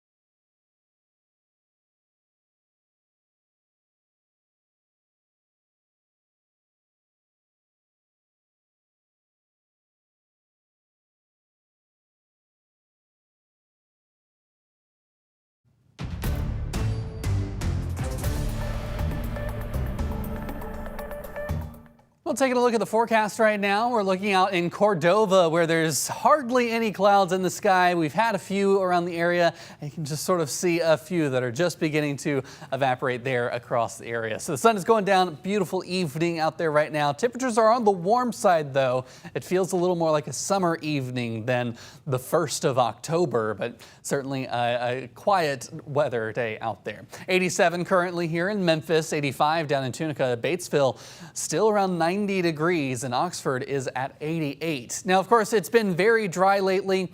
That's continuing to worsen the drought situation that we also have, but we're starting to see some rain chances in the long range get back into the Mid-South. In the near term, though, they are very near zero as temperatures remain well above normal. Looking at the temperatures around the area, we've got 89 here in Truman, Arkansas. We've got 87 in Memphis, 87 in Holly Springs, 82 out in Corinth, and 86 in Covington. Looking at satellite and radar around the area, we've had just a few of those clouds for most of us, but we've just had a couple of high pressures that have been stuck over us for the last couple of weeks, and that's what's been keeping us very, very clear and very quiet as well. Look out into northern parts of Tippah County. We've got one small shower coming out of the east, so that's what's leading to just a little bit of a shower. Not a whole lot expected. As we look through the forecast here over the next couple of days, we're still going to have just a couple of pop-up clouds that might be a little wet, but it's really not going to bring any substantial rain for us. As we go into Friday, it looks like we're going to stay very clear once again. The winds start to switch a little more out of the southeast. That's going to be the biggest change that we'll see the next couple of days, is the direction of the wind. As we go into the weekend, though, we'll start to keep our eyes to the south because there could be a weak disturbance coming up from the Gulf, and that could bring a little more moisture our direction as we go into Monday and Tuesday. See here Tuesday evening, we've got some clouds and some rain around the area, so that'll be some much needed rain and that might even linger into Wednesday as well. Rain chances are low in the near term, but Monday, Tuesday, Wednesday, that's the next best chance of rain that we're starting to look at here in the forecast. Tonight, in the meantime, we're dropping back to around 68 degrees. Very, very clear out there. Might still be a cloud or two. Tomorrow's going to be very much similar to today. Highs in the upper 80s, maybe near 90 for some of us, and very little rain chance for us. Here's a look at your 7-day forecast. Temperatures remain in the upper 80s as we head into this first week of October. Our next chance of relief, though, is that rain early next week. I'll be right back after this.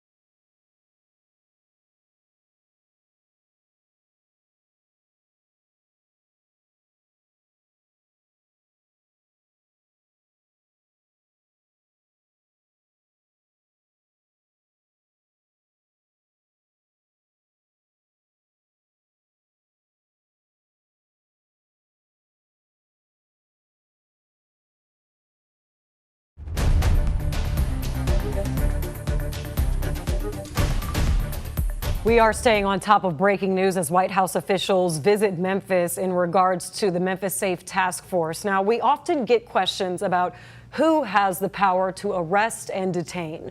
Right now, Governor Lee says the National Guard does not have that authority, but some agencies involved in the task force do. You have to remember there are 13 agencies included in this task force. So let's break down their jurisdiction by agency, starting with the U.S. Marshals Service, who can enforce all laws in the U.S., and they can make warrantless arrests for any and every crime. Next, the FBI can only enforce federal laws, and they can only make warrantless arrests for federal crimes.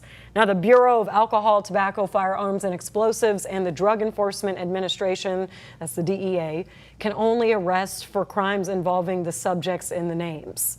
So things like drug possession, alcohol, firearms offenses, and so on. But like the FBI, can make warrantless arrests if a crime is committed in their presence.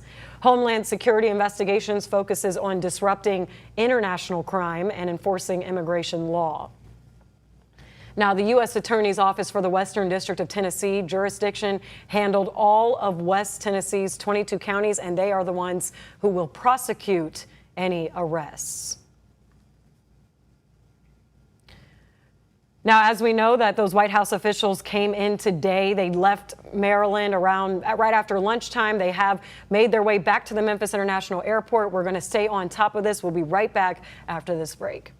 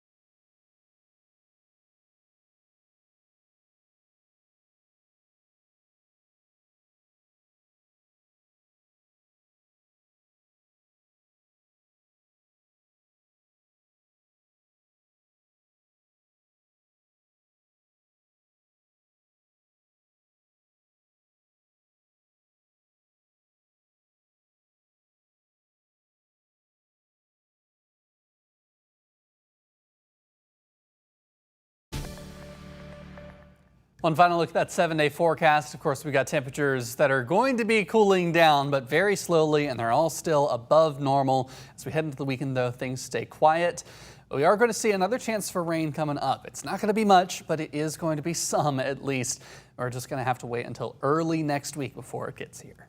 Yeah, we're definitely looking forward to that cool down.